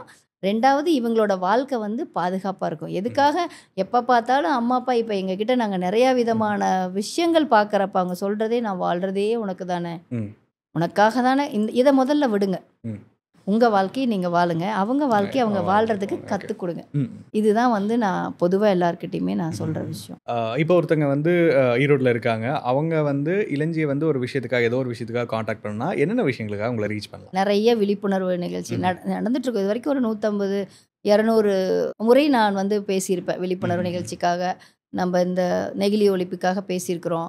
துணிப்பை தான் பயன்படுத்தணும், குழந்தைகள் வந்து எப்படி நடந்துக்கணும், காலையில் எந்திரிச்சதுலேருந்து என்னவெல்லாம் பண்ணணும், அம்மா அப்பா கிட்ட எப்படி நடந்துக்கணும், பெண் பிள்ளைகள் எவ்வளோ பாதுகாப்பாக இருக்கணும், ஏதாவது ஒரு பிரச்சனைனா உடனே எங்கே அதை போய் சொல்லணும், எப்படி அதை நாசுக்காக நடந்துக்கணும், நேரடியாக எதுவுமே நம்ம வந்து ஒரு திரையில் பார்க்குற விஷயத்தை நம்ம நேரில் செய்ய முடியாது. ஏன்னா நம்ம வாழணும் இல்லையா? அதெல்லாம் எப்படி நீங்கள் யார்கிட்ட கம்ப்ளைண்ட் பண்ணணும், இந்த மாதிரியான விழிப்புணர்வுகள்லாம் பண்ணணும். நீங்கள் ஸ்கூல் அல்லது வந்து ஒரு ஒரு 10-20 பேர் ஒரு பெண்கள் இருக்கிற இடம், அவங்க திருமணம் ஆனவங்களாகவும் இருக்கலாம், மன உளைச்சலில் இருக்கிறவங்க அந்த மாதிரியும் இருக்கலாம், குழந்தைகளாக எந்த வயசாக இருந்தாலும் சரி, அவங்களுக்கு ஏதோ ஒரு விஷயம் தேவைப்படுது அப்படின்னா கண்டிப்பாக நாங்கள் அதை வந்து பண்ண தயாராக இருக்கோம். விழிப்புணர்வு கொடுக்குறோம். அது மாதிரி யாரும் ஆதரவற்றுங்கிறது அனாதையாக இருக்கணுங்கிற அவசியம் கிடையாது. யாரும் இல்லை, வசதி இல்லை, அந்த உடல் அடக்கம் பண்ணுறதுக்கு வசதி இல்லை அப்படின்னா கண்டிப்பாக அவங்களோட சாவுக்கான உறுதி சான்றிதழ் எங்களுக்கு கொடுத்துட்டாங்கன்னா அது நாங்கள் என்ன பண்ணமோ அது வந்து பண்ணி கொடுக்குறோம். ரொம்ப நேர்த்தியாக அதெல்லாம் வந்து பண்ணிகிட்ருக்குறோம். இதுக்கு வந்து ரொம்ப நிறைய பேர் எங்களுக்கு சப்போர்ட் இருக்காங்க. ரொம்ப நான் பேர் கூட சொல்ல முடியாது, அவ்வளோ பெரிய நல்லவங்கன்னு சொல்லலாம். வசதி பெரிய ஆட்கள் அப்படிங்கிறத விட நல்ல மனிதர்கள் வந்து எங்களுக்கு பின்னாடி இருக்காங்க. நான் செய்கிறது அன்றாடம் அவங்க பார்க்குறாங்க. சில விஷயங்கள் வந்து நாங்கள் முகநூலில் நீங்கள் எங்களை பார்த்துருப்பீங்க, நிறைய போடவே முடியாது. எனக்கு எப்படி போடுறதுன்னு புரியாது. இவ்வளோ பேசுகிறோம், இவ்வளோ வீடியோ போடுறோம், ஆனால் எனக்கு அது எப்படி மக்கள்கிட்ட கொண்டு போய் சேர்த்துறது? ஏன்னா தப்பு நடந்தவங்களையும் காட்டி கொடுக்கக்கூடாது, செஞ்சவங்களையும் காட்டி கொடுக்கக்கூடாது. எல்லாத்துக்கும் நடுவில் அந்த தப்பை மட்டும் நான் வெளியே சொல்லணும், யாரும் செய்யாமல் இருக்கிறதுக்கு. இந்த போராட்டத்திலேயே நிறைய விஷயங்கள் வந்து இன்னும் காத்திருக்குது, எப்படி போடுறதுன்னு எனக்கு புரியாமல். நீங்கள் இன்னைக்கு எனக்கு என்னை கூப்பிட்டு பேசுறது எனக்கு ரொம்ப சந்தோஷமாக இருக்குது. கண்டிப்பாக அதே மாதிரி நான் நிறைய கல்லூரிகளில் போய் பேசியிருக்கேன். நிறைய பெண்கள் சொல்ல முடியாத பிரச்சனைக்கு எங்களுக்கு தொலைபேசியில் தொடர்பு கொண்டு அவங்களுக்கு தீர்வு கொடுத்துருக்கோம். நிறைய தீர்வுகள், அதெல்லாம் நீங்கள் இப்படிலாம் நடக்குமா அப்படின்னு கூட நீங்கள் யோசிச்சிருப்பீங்க. அந்த மாதிரியான அந்த பெண்களுக்கு ஒரு ஊக்குவிப்பு கொடுத்து என்னோட தொலைபேசி எண் நேரடியாக கொடுத்துட்டு வந்துடுவேன். இந்த ஹராஸ்மெண்ட் கமிட்டின்னு இருக்குது, பாலியல் வன்கொடுமை பாதுகாப்பு இதுன்னு சொல்லிட்டு, அதில் ஒரு 50 கமிட்டிக்கு மேலே நாங்கள் இருக்கோம். கவர்மெண்ட்லேயா இருக்கட்டும், தனியார்லேயா இருக்கட்டும். அதில் நிறைய இடத்துல போய் அதற்கான விழிப்புணர்வு எங்கேருந்து ஸ்டார்ட் பண்ணணும் அப்படின்னா முதல்ல கணவன் மனைவிக்கு தான் ஸ்டார்ட் ஆகணும். அவங்களோட அன்பை பார்த்து தான் அந்த குழந்தை வளரும். அப்புறம் அந்த குழந்தை எப்படி இருக்கணுங்கிறத அவங்க முடிவு பண்ணுவாங்க. அதுக்கு இவங்க சரியாக இருக்கணும். அந்த மாதிரி தொழில் மையங்கள்லாம் இருக்குல்ல, அங்கேயெல்லாம் போய் நாங்கள் வந்து நிறைய பேர் அந்த மாதிரி கணவன் மனைவிலாம் வந்து ஏதோ பிரச்சனையில் இருந்தவங்கலாம் வந்து நாங்கள்லாம் பேசினதுக்கப்புறம் பேசிட்டு நான் ரொம்ப சந்தோஷமாக இருக்கேன், என்ன நானே புரிஞ்சுக்கிட்டேன் அப்படிலாம் சொல்லி எங்களுக்கு சந்தோஷப்படுத்தியிருக்கிறாங்க. அந்த மாதிரி நிறைய விஷயங்கள் நம்ம வந்து தொடர்ந்து பண்ணுறோம். எதற்காகவும் சாதாரணமாக நாங்கள் வந்து படிப்பு சம்மந்தப்பட்ட விஷயம் எங்களுக்கு தெரியாது. அதனால் அதுக்கு நாங்கள் வந்து ஃபீஸ் கொடுக்கறதோ பண்ணுறதோ எங்களுக்கு அது வாய்ப்பு ரொம்ப குறைவு. ஏன்னா எங்களோட இதுவே நிறைய இருக்குது. நாங்கள் ரொம்ப பெரிய டொனேஷன் வாங்குறோமானா கிடையாது. யாரோ அவங்களுக்கு தோணுறதை செய்வாங்க, இல்லை தொடர்ந்து செய்கிறவங்க தான் செஞ்சிட்ருப்பாங்க. நாங்கள் எல்லாருக்கிட்டையும் எங்களுக்கு டொனேஷன் கொடுங்கன்னு கேட்குற பழக்கமும் எங்களுக்கு இல்லை. அவங்களே பார்த்துட்டு இப்போ நேற்று கூட ஒருத்தர் கூப்பிட்டுருந்தாங்க, நான் பார்த்தேங்க இந்த மாதிரி. சரிங்க, நான் தேவைன்னா உங்களுக்கு செய்தி போடுறேன், நீங்கள் எனக்கு அனுப்புங்க அப்படின்னு சொன்னோம். அந்த மாதிரி தான் நாங்கள் வந்து பண்ணிகிட்ருக்கோம் எங்களால் முடிஞ்ச வரைக்கும்.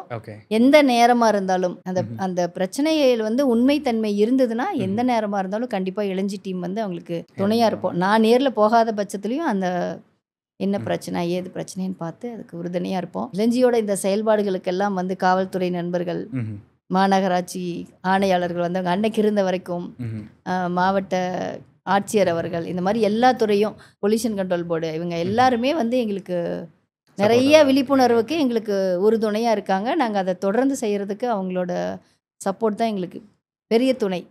நிறைய விஷயம் கொடிவேரியில் போய் பண்ணியிருக்கோம். இங்கே இப்போ அங்கே ஒரு கனி மார்க்கெட்டில் பார்த்தீங்கன்னா ஒரு டோரா பொம்மை இருக்கும். அது முழுக்க நானும் எங்கள் செக்ரட்டரியும் தான் டிசைன் பண்ணது. அதுக்கு வந்து அந்த பொல்யூஷன் கண்ட்ரோல் போர்டில் இருந்த சார் வந்து ரொம்ப நீங்கள் பண்ணுங்க, டிஃப்ரெண்ட்டாக இருந்ததுன்னா அதை பார்த்து ஏகப்பட்ட பேர் பண்ணிட்டாங்க. அந்த மாதிரிலாம் நாங்கள் பண்ணி வச்சுருக்கோம். கனி மார்க்கெட் போனீங்கன்னா 10 ரூபா போட்டிங்கன்னா பை, அது ஒரு கம்பெனியில் வந்து மெஷின் இது பண்ணி கொடுத்தாங்க. நம்ம அது ஃபாலோ பண்ணுறது மாதிரி நிறைய சின்ன சின்ன விஷயங்கள் இருக்குது. எங்கேயாவது வந்து எங்களுக்கு இந்த டிரான்ஸ்ஃபார்ம் வந்து ரொம்ப ஆபத்தானதாக இருக்குது, குழந்தைகள்லாம் இருக்காங்க, எங்களுக்கு ஒரு பாதுகாப்பு வளைய வேணும்னு சொன்னாங்கன்னா நாங்கள் அதை அனுமதி பெற்று அந்த மாதிரி போட்டு அந்த குழந்தைங்க யாருக்கும் மக்களுக்கு வந்து பாதுகாப்பாக இருக்கிற மாதிரி நாங்கள் பண்ணி கொடுத்துருவோம். அப்புறம் பொதுவான ஒரு இடத்துல எங்களுக்கு ரொம்ப இடையூறாக இருக்குது, இந்த பசங்கள்லாம் இப்படி இருக்காங்க, இல்லை எங்களை வந்து இப்படி போக வர வழியில் எங்களை ரொம்ப தொந்தரவு பண்ணுறாங்கன்னு சொன்னாங்கன்னா அது காவல்துறைக்கு நாங்களே தெரிவிச்சிட்டோம்னா அவங்க அது வந்து அப்படி நடக்காமல் அது மாதிரி நிறைய விஷயம் காவல்துறை வந்து செஞ்சுருக்காங்க. ஈரோட்டில் அந்த மாதிரி நடக்குதா? நிஜமாவா? நான் படத்துல பார்த்திருக்கேன், சென்னையில நான் நடந்திருக்கேன். நம்ம ரொம்ப ஃபேமஸான ஒரு பள்ளி இருக்கு, அங்க வந்து பேர் சொல்லக்கூடாதுல்ல, ரொம்ப ஒரு குழந்தைய ரொம்ப தொந்தரவு பண்ணி ஒரு சந்துக்குழிலாம் இழுத்துட்டு போய் அப்படிலாம் பண்ணிட்டாங்க. அங்கே இருக்கிறவங்க எனக்கு வீடியோ எடுத்து காமிக்கிறாங்க, எனக்கு அனுப்ப மாட்டேங்கிறாங்க, நேரில் வர சொல்லி காமிக்கிறாங்க, யாரும் போய் கேட்க மாட்டேங்கிறாங்க. அப்புறம் ஏன்னா காவல்துறையை தாண்டியும் எல்லா சந்துக்குள்ளேயும் அவங்க போய் பார்க்க முடியாது. அப்புறம் உடனடியாக இது பண்ணதுலேருந்து அன்னைக்கு இருந்து இன்னைக்கு வரைக்கும் காவல்துறையினர் வந்து அந்த இடத்துல அந்த ஸ்கூல் முடிகிறப்ப கண்டிப்பாக இருப்பாங்க. Okay okay. அதெல்லாம் நம்மளோட தான். நம்ம சவிதா கிட்ட பார்த்தீங்கன்னா அந்த பேரிகார்ட்லாம் போட்டு நம்ம அந்த வேகத்தடையெல்லாம் போட்டிருக்கிறது எல்லாமே நாம் பண்ணது தான். அதெல்லாம் அப்போ வந்து எஸ்பி சார் சத்திகணேஷ் சார் இருந்தார். அவர்கிட்ட அது என்ன உண்மை என்னன்னு சொன்னோம்னா அது கரெக்டாக அதை வந்து பண்ணி கொடுத்தாங்க. அதெல்லாம் வந்து அந்த நடந்து போறக்கு அந்த இதெல்லாம் அடைச்சு எல்லாம் பண்ணி கொடுத்தாங்க. சூப்பர். ஸோ இவ்வளோ விஷயங்கள் சோஷியல் வெல்ஃபேர் ஆக்டிவிட்டீஸ் பண்ணும்பொழுது கண்டிப்பாக வந்து சேலஞ்சஸ்னு நிறையா இருக்கும். ஏன்னா இன்றைக்கி நம்ம ஏதாவது சொந்தமாக ஒரு தொழில் தொடங்குறதோ இல்லை வேறு என்ன விஷயம் பண்ணாலுமே அதுலேயே நிறைய சேலஞ்சஸ் இருக்கும்போது இது ஒரு மக்கள் சார்ந்த விஷயம், ஒரு சோஷியல் வெல்ஃபேர் ஆக்டிவிட்டிங்கும் போது பல சேலஞ்சஸ் இருக்கலாம். அந்த மாதிரி ஏதாவது நீங்கள் ஃபேஸ் பண்ண சேலஞ்சஸ் ஏதாவது ஷேர் பண்ண? நிறைய இருக்குது. நாங்கள் ஜெயிச்சதை விட நிறைய அடிப்பட்டது நிறைய இருக்கு. நிறைய கூப்பிட்டு மிரட்டுவாங்க. என்ன சும்மா இருக்க மாட்டியா, இதெல்லாம் ஒரு பொம்பளைங்கிறத மறந்துட்டு நீ இல்லை பண்ணுறியா அப்படிலாம் சொல்லி கேட்பாங்க. சரிங்க ஆமாங்க சரிங்கன்னு மட்டும்தான் சொல்லுவேன் நான். சரி சரி சரிங்கப்பா சரிங்க. நான் ஆமான்னு சொல்ல மாட்டேன், இல்லைன்னு சொல்ல மாட்டேன். நீ என்ன நம்ம பிள்ளையா இருந்துக்கிட்டு நீ இப்படி பண்ணுற அப்படிலாம் சொல்லுவாங்க. ஏன்னா நம்ம கொங்கு பெல்ட்டுனால நம்மளை அப்படி தானே இங்கே அப்படி தானே வார்த்தை பயன்படுத்த. நம்ம பிள்ளையா இருந்துட்டு இப்படிலாம் பண்ணுற, இப்படிலாம் பண்ணக்கூடாது, எனக்கு எல்லாரையும் தெரியும், உங்கள் ஃபேமிலி தெரியும், அப்படி ஏதோ சொல்லுவாங்க. சரிங்க ஆமாங்க நான் இன்னும் வந்துட்டு நம்மளோட வேலை அது மாதிரி நம்ம பண்ணுறோம், அதை முழுசாக செய்யணும், மக்கள் நம்மளை நம்புகிறாங்க அப்படி சொல்லிட்டு. எனக்கு மக்கள் துணை நிறையா மக்கள் துணை நிறையா இருக்கும். அதுக்கு மேலே இதை செய்யறதுக்கு உறுதுணையாக இருக்கிறவங்க ரொம்ப ஸ்ட்ராங்காக இருந்தாங்க. ஸ்ட்ராங்காக இருப்பாங்கன்னு வைங்களேன். நம்ம ஒரு விஷயம் செஞ்சோம்னா நிறைய இடையூறுகள் சந்திச்சிருக்கேன். அதெல்லாம் அந்த கருவேலாம்புல் எடுக்கிறப்பெல்லாம் பார்த்தீங்கன்னா கூப்பிட்டு மிரட்டினாங்க என்னைய. இப்போ ஒரு ஸ்டேஷன் வந்தாகணும் நீங்கள் அப்படின்னு சொல்லிட்டு, எந்த இடம்னு சொல்லலை, என்னை கூப்பிட்டு மிரட்டினாங்க. அப்போ வந்து கலெக்டர் சார் வந்து யார் எங்கே இடையூறு பண்ணாலும் உடனே தொலைபேசியில் தொடர்பு கொள்ளுங்கன்னு பிசி நம்பர் கொடுத்துருந்தாரு. இப்போ நான் அவர் கூப்பிட்டு அடுத்த 5 நிமிஷத்துக்கு மேலே எனக்கு ஒரு ஃபோன் வரல. அது அவங்க எப்படி பேசணுமோ அப்படி பேசுனாங்க. அந்த மாதிரி ஒவ்வொரு இடத்துலையும் நிறைய இடையூறுகள் வந்து நான் சந்திச்சு தான் வந்திருக்கேன். நானும் இந்த மாதிரி ஈரோட்டில் இப்படிலாம் பண்ணுவாங்களான்னு ஒரு இன்சிடென்ட் ரீசெண்டாக ஒரு இன்சிடென்ட் ஷேர் பண்ண நினச்சேன். நீங்கள் சொன்னனால தான் தெரியுது. நான் இந்த மாதிரி ஒரு பாட்காஸ்ட் பண்ண போகிறேன், நிறைய பேர் ரீச் பண்ணும்பொழுது இங்கே இருக்கக்கூடிய பிரச்சனைகளை பேசுவோம் அப்படின்னு சொல்லி நிறைய பேர்த்த வந்து நான் ஈரோட்டில் என்னென்ன பிரச்சனைகள் இருக்குது அதை பற்றி பேசுவோன்னு நிறைய பேர்த்த பேசும்போது ஒருத்தரை வந்து மீட் பண்ணேன். இதை பற்றி பேசலாம், நான் பேசுறதுக்கு ரெடி, பட் ஆனால் இதை நீங்கள் பண்ணீங்க அப்படின்னா உங்களுக்கு இவ்வளோ இதெல்லாம் பிரச்சனை வரும்னு அவர் ஒரு லிஸ்ட்டு சொன்னார். எனக்கு இதெல்லாம் பண்ணியிருக்காங்க, உங்களுக்கு இதெல்லாம் வரும் ஓகேவான்னு. அதெல்லாம் கேட்கும்போது சினிமாவில் வர மாதிரி, அவர் சொல்கிறத கேட்கும்போது சினிமாவில் வர மாதிரி இருந்தது. நம்ம ஈரோட்டில் இப்படியா அப்படிங்கிற மாதிரி தான் இருந்தது. நாங்கள் கோயிலில் பண்ணுற நல்லதுக்கு எவ்வளவு கஷ்டப்படுறோம். நீங்கள் இப்போ சொல்கிறீங்க 8 வருஷத்துக்கு முன்னாடி உங்களை பார்த்தோம் அப்படின்னு சொல்லிட்டு இன்னைக்கு வரைக்கும் நாங்கள் அதை தொடர்றதுக்கு எவ்வளோ போராட்டம் தெரியுங்களா. நான் வந்து தலைமுடி வந்து எனக்கு இடையூறாக இருக்க வேண்டாம், வேலைபளு குறையட்டும்னு நான் வந்து கட் பண்ணியிருக்கேன். எனக்கு உடை மாற்றமும் வந்து எனக்கு சௌரியத்துக்காக தான் நான் பார்த்திருக்கேன். நான் பெண் என்பதை நான் எப்பொழுதும் உணர்ந்து தான் வாழ்ந்துட்டுருக்கேன்.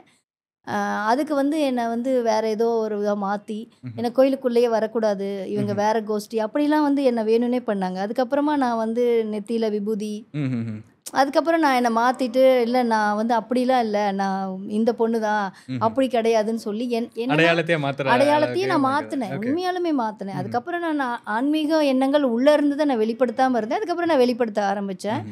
என்னை ரொம்ப மன உளைச்சலாக்கி விட்டுட்டாங்க. கோயிலுக்குள்ளே இருக்கக்கூடாது, முடி கட் பண்ணிட்டு இவங்க எதை சேர்ந்தவங்கன்னு தெரியலன்னு சொல்லிட்டாங்க. அப்புறம் ஒரு சிலரெல்லாம் வந்து பேசி என்னை பற்றி சொல்லி அப்புறம் நான் என்னோட வேலையை நான் செய்கிறேன்னு நான் அந்த சாமிக்கு கங்கணம் கட்டி குண்டை இறங்கி இல்லை நான் வந்து சராசரி பொண்ணு தான், நான் என்னோட வேலை பளுவுக்காக தான் என்னோட உடை மாற்றம் சிகை அலங்காரம் எல்லாமே மாற்றிருக்குன்னு சொல்லிட்டு நான் அப்படி வந்தேன். இப்போ இந்த கடைசி வருஷம் கூட நாங்கள் வந்து இப்போ இந்த பால் பாக்கெட்டை வந்து பாத்திரத்தில் மாற்றி தரோங்கிறது எல்லா இடத்துலையும் நீங்கள் ஒரு பதாகை வச்சிங்கன்னா தான் தெரியும், வரவங்க திரும்ப இது பயன்படுத்துவாங்க. நம்மளது அங்கே வந்து இதில் ஒளிப்பெருக்கில் சொல்லிகிட்டே இருக்கோம். அதுக்கு ஒருத்தர் எங்களை படுத்தின பாடு இருக்குது பாருங்க.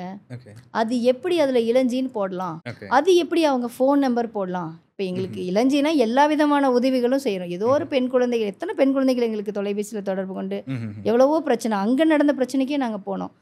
எப்படி போடலாம், அவர் எடுக்கிறது வேற, நல்லவங்க கிட்ட சொன்னால் அவங்க வந்து வைக்கிறது, வெய் யார் என்ன பண்ணுறாங்கன்னு பார்க்கலாம், நல்லது செய்கிறதுக்கு யாரை கண்டு பயம்னு இவங்க வைக்கிறாங்க.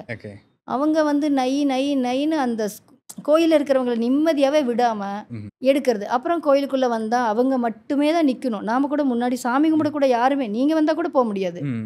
அந்த மாதிரி ஆக்கிரமிப்பு எல்லாம் கண்ணு முன்னாடி சினிமாவை விட மோசங்க நேரில். சினிமா சாதாரணம் தான், நமக்கு 2 மணி நேரத்தில் ஒரு ஸ்கிரிப்ட் ரெடி பண்ணி முடிச்சிடுறாங்க. ஆனால் நிஜத்தில் ரொம்ப கொடுமை. இன்னைக்கு வரைக்கும் அது வந்து நாங்கள் மன உளைச்சலில் தான் இருக்கோம். நாங்கள் என்ன தவறு பண்ணோம்? நல்லது செய்ய போயிருக்கோம். பாத்திரம் நாங்களே வாங்கி போடுறோம். 1 ரூபா காசு யாருக்கிட்டையும் வாங்க மாட்டோம்.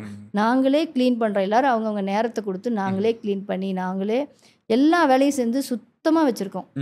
அவ்வளோ பேர் எங்களுக்கு பாராட்டு. ஆனால் அதில் யாரோ ஒருத்தர் 2 பேர் 4 பேர் வந்துடுவாங்க. எங்களை ப்ரெஷர் பண்ணி எனக்கு பயம் என்னன்னா, சண்டை போட நான் தயாராக இருக்கேன். ஆனால் நம்ம வேலை கெட்டுருமே, நம்ம சமூக சேவை கெட்டுருமே, இவங்ககிட்ட சண்டை போட்டோம்னா அப்போ இவங்க வந்தாவே பிரச்சனைங்கிற மாதிரி பயம் ஆயிருங்கிறனால தான் அமைதியாக சரின்னு அந்த இடத்துல என்ன சொன்னாலும் போர்டு எடுக்கிறியா எடுத்துக்கோங்க. போயிட்டு வந்து பார்த்தா காலையில் இருக்கும் வச்சிருப்பாங்க. அது எப்படி அவங்க எடுக்கலாம்? நீங்கள் நல்லா தானே செஞ்சீங்கன்னு வச்சுட்டு போயிருப்பாங்க இன்னொரு டீம். ஒரே தமாசா தான் இருக்கும். ஆனால் என்னோட வேலையை எந்த நிலையிலும் ஒடுக்காமல் எல்லா வேலையும் எனக்கு தேவை என்னோட வேலை நடக்கணும், அவ்வளோதான். அது பாட்டுக்கு சிறப்பாக நடந்துட்டு இருக்கும். அதனால நான் சமூக சேவை வந்து நான் வாழ்நாள் முழுக்க நடக்குங்கிறதுல நான் உறுதியாக இருக்கேன். அதுக்கு நான் வந்து என்ன காம்ப்ரமைஸ் பண்ணிக்கிறதோட மற்றவங்ககிட்ட நான் ஜெயிக்கணும்னு நான் நினைக்கவே இல்லை. நான் பணிஞ்சு போய்க்கிறேன். என்னோட வேலையை என்னை செய்ய விடுங்க, அதான். தயவு செய்து எல்லாரும் சமூக சேவை செய்ய முடியாது. எங்களை வந்து மிகையாக பாராட்டுவாங்க. ஐயோ உங்களை மாதிரி யாருமே இல்லை, நான் வாங்குற அடி எனக்கு தானே தெரியும், முதுகில் பார்த்தா தான் தெரியும் எவ்வளோ பழுத்து இருக்குன்னு. அதனால் அது ஒரு பெண்ணாக நிற்கிறது ரொம்ப கஷ்டம். எனக்கு என்னென்னா, நான் தோத்துட்டேன்னு வைங்களேன், என்னை பார்த்து எத்தனையோ பேர் இருக்காங்க. அவங்க வந்து அட ஒரு பொம்பளை போனால் இப்படி தான் சாதாரணமாக சொல்லி முடிச்சிருவாங்க. அதை நம்ம வந்து நான் எப்பயுமே ஒன்று சொல்லுவேன், போருக்கு சென்று தோற்பது தோல்வி இல்லை, போருக்கு சென்றதே வெற்றி தான் அப்படின்னு. இந்த மாதிரி நான் போருக்கு வந்துட்டேன், நான் திரும்பி போகக்கூடாது. ஜெயிக்கிறோமோ தோக்குறோமோ நான் வந்து போராடணுங்கிற உறுதியில் தான் நான் வந்து இப்போ போயிட்டுருக்கேன். நான் வந்து பொதுவாக எல்லாருக்கிட்டையும் என்ன கேட்டுக்கிறேன் அப்படின்னா, சமூக சேவை செய்கிறது எந்த அளவுக்கு உண்மைன்னு ஒன்று பார்க்கணும். அது எவ்வளோ மக்களுக்கு பயன்படுதுங்கிறத ஒன்று பார்க்கணும். அதனால வருங்கால தலைமுறைக்கு நீங்கள் என்ன சொல்கிறீங்க அப்படிங்கிற ஒரு விஷயம் மட்டும் இருந்ததுன்னா, அந்த சமூக சேவைக்கு நீங்கள் எதுவுமே செய்ய வேண்டாம். இடையூறு பண்ணாமல் இருந்தால் போதும், அவங்க பாட்டுக்கு அவங்க வேலையை செய்வாங்க. ஈரோடு மக்களுக்கு என்னோட அன்பான ஒரு வேண்டுகோள். ஸோ கண்டிப்பாக சேலஞ்சஸ் பற்றி பேசிகிட்டு இருக்கும்பொழுது, ஓகே இது இந்த விஷயம் பண்ணுறதுக்கு இவ்வளோ சேலஞ்சஸ் இருந்தாலும் பட் ஆனால் நாங்கள் இதை விடாமல் பண்ணணும் அப்படிங்கிற மாதிரி ஏதாவது விஷயங்கள் இருக்கா? கண்டிப்பாக. இப்போ வந்து நாங்கள் ஆரம்ப காலகட்டத்தில் வந்து பார்த்திங்கனாவே நாங்கள் ஃபஸ்ட்டு உட்காந்த ரவுண்ட் டேபிள்லேயே வந்து ஒரு 15 பேர் உட்காந்து எல்லாருமே தொடங்குறதுக்கு கலெக்டர் வரணும், கமிஷனர் வரணும், எல்லாரும் கூப்பிட்டாங்க. ஆனால் நான் யாரையுமே கூப்பிடல. தொடங்குறது மட்டும்தான் என்னோட குறிக்கோளாக இருந்தது. நாங்கள் தொடங்கணும், செஞ்சோம். ஒரு குறிப்பிட்ட நாளுக்கு அப்புறம் பார்த்தா யாருமே இல்லை. ஆனால் டிஸ்ட்ரிக்ட் கலெக்டர், ஜட்ஜ் எல்லாம் வந்து எங்களோட கருவேல முள் எடுக்கிற இடத்துக்கு அவங்க வந்திருந்தாங்க. அப்போ எனக்கு தெரிஞ்சுது, நம்ம வேலையை நம்ம செஞ்சிட்டு இருந்தா நம்ம எதுவுமே சொல்லலையானு இந்த இயற்கை நமக்கு துணை இருக்கும், நமக்கு நல்லவங்க துணை இருப்பாங்கன்னு ஒரு நம்பிக்கை வந்தது. அதே மாதிரி இன்றைக்கும் வந்து எனக்கு பெரிய அளவுக்கு வந்து இது பண்ணணும் அது பண்ணணுங்கிறது இல்லைன்னாலும் கண்டிப்பாக வந்து என்னோடய வேலையை நான் செய்யணுங்கிறதுல நான் உறுதியாக இருக்கேன். நான் செய்கிறதுல எனக்கு சுயநலம் இருக்குது. என்னவா இருக்கும் சொல்லுங்கள்? தெரியல. என் குழந்தைங்க நல்லா இருக்கணும், என் ஊர் நல்லா இருக்கணும், என் பேர குழந்தைங்க நல்லா இருக்கணும். பரம்பரையாக ஒன்று சொல்லுவாங்க, தாத்தா தான் பிறக்கிறாங்க, இப்போ திருப்பி நானே இந்த ஊரில் வந்து பிறப்பேன். எனக்கு என் ஊர் நல்லா இருக்கணும். யாருமே எதையுமே எதிர்பார்க்காத எத்தனையோ தலைவர்கள் வந்து தன்னோட வாழ்க்கையை அர்ப்பணிச்சதை இன்னைக்கு நாம நல்லா இருக்கோம். அந்த அளவுக்கெல்லாம் நம்ம ஒன்றுமே பண்ணலை. நம்ம எல்லா வேலை செய்யறதுக்கு எல்லாருமே சப்போர்ட் பண்ணுறாங்க, எல்லாரும் துணை இருக்க. ஏதோ ஒரு சிலர் வந்து நடுவில் எலிக்குட்டி மாதிரி ஏதாவது பண்ணுறாங்க, அவங்கள பற்றி நம்ம கவலை இல்லை. நல்லது செய்யறதுக்கு எவ்வளோ பேர் துணை இருக்கிறப்ப நான் அதை தொடர்ந்து எப்பயுமே என்னால் என்ற வரைக்கும் நான் அதை வந்து செய்யணுங்கிறதுல நான் தெளிவாக இருக்கேன். கண்டிப்பாக ஒரு சோஷியல் ஆக்டிவிட்டீஸ்குள்ளே இருக்கோம், நம்ம வந்து மக்களுக்கு சேவை செய்கிறோம் அப்படிங்கும் பொழுது கண்டிப்பாக ஒரு கட்டத்துக்கு மேலே ஒரு எதுக்கிட்ட இதை பண்ணுறோம் அப்படின்னு எனக்குமே தோணுது இல்லையா? தோணி இருக்கு. ஏன் இவங்க கிட்ட இது பண்ணி நம்ம இப்படி வாங்கி கட்டுறோம்னு எனக்கு தோணும். ஆனால் இப்போ நீங்கள் பார்த்தீங்கன்னா நம்ம எவ்வளோ போர் வீரர்கள் இழந்து தானே ஒரு வெற்றி கிடைக்குது. அந்த மாதிரி இந்த மாதிரி வழிகள் எல்லாம் கடந்து தான் நம்ம ஒரு நல்ல ஒரு இதுக்கு வர முடியும். அப்படிங்கிறனால எனக்கு நல்லவங்க வந்து ரொம்பவே இதாக சொல்லுவாங்க, நீங்கள் வந்து ரொம்ப நல்லா பண்ணியிருக்கிறமா, ரொம்ப நல்ல விஷயம். எனக்கு எவ்வளோ பெரிய ஆட்கள்ங்கிறது என்ன சொல்கிறதுன்னு எனக்கு தெரியல. அவங்க வந்து அப்படி ரெகனைஸ் பண்ணுறப்ப எனக்கு ரொம்ப சந்தோஷமாக இருக்கும். வேறு எங்கெங்கெல்லாம் ரெகனைஸ் பண்ணியிருக்காங்க உங்களை? எனக்கு வந்து இது வரைக்கும் நம்ம மாவட்ட ஆட்சியர்கிட்ட 9 சர்டிஃபிகேட் வாங்கியிருக்கேன். நான் அவார்ட்ஸ் வாங்கியிருக்கேன். குடியரசு தினம், சுதந்திர தினத்துக்கு இது வரைக்கும் 9 வாங்கியிருக்கேன். இப்போ ஒரு 3 வருஷமாக கொடுக்கறது இல்லை யாருக்குமே, அதிகமாக என்ஜிஓஸ்க்கு. அப்போ இருக்க வரைக்கும் நான் வாங்கியிருக்கேன். அப்புறம் வருஷத்தில் ஒரு 3 தடவை ராஜ்பவன் அதில் கூப்பிடுவாங்க, டீ பார்ட்டி கூப்பிடுவாங்க. அதுக்கு நம்மளோட ட்ரஸ்ட் செலக்ட் பண்ணியிருக்காங்க. அதுக்கு வந்து நான் போவேன், இல்லைன்னா எங்கள் ட்ரஸ்ட்டில் யாராவது போவாங்க. அது வந்து தொடர்ந்து போயிட்டுருக்கு. நிறைய நம்ம ஈரோடு மாவட்டத்தில் பசுமை அவார்டு வாங்கியிருக்கேன். 1,00,000 பணத்தோட எங்களுக்கு வந்து பொல்யூஷன் கண்ட்ரோல் போர்டில் கொடுத்துருக்காங்க. எங்களோட விழிப்புணர்வு இதெல்லாம் வந்து செலக்ட் பண்ணி கொடுத்துருக்காங்க. அப்புறம் இந்த உடல் அடக்கம் பண்ணுறதுக்கு நிறைய பேர் கூப்பிட்டு பாராட்டியிருக்காங்க. நிறைய அவார்ட்ஸ் எல்லாம் வாங்கியிருக்கோம். சூப்பர். எனக்கு அதை விட அங்கிருந்து ஒரே ஒருத்தர் வருவாங்க, நீங்கள் என்ன பண்ணுறீங்க, நானும் வரட்டுமா, நான் இதை சப்போர்ட் பண்ணட்டுமா, எனக்கு அது ஒரு பெரிய அவார்டாக இருக்கும். நீங்கள் எப்படி இதெல்லாம் செய்கிறீங்கன்னு கேட்குறப்ப எனக்கு அவ்வளோ சந்தோஷமாக இருக்கும். நீங்கள் கேட்டீங்கல்ல உங்களுக்கு செய்யக்கூடாதுன்னு தோணலையான்னு, அந்த அந்த எண்ணமெல்லாம் கொஞ்சம் நஞ்சம் ஓரத்தில் இருந்தால் காணாமல் போயிடும். யாருக்குமே கிடைக்காத ஒரு வலிக்கும் தான்.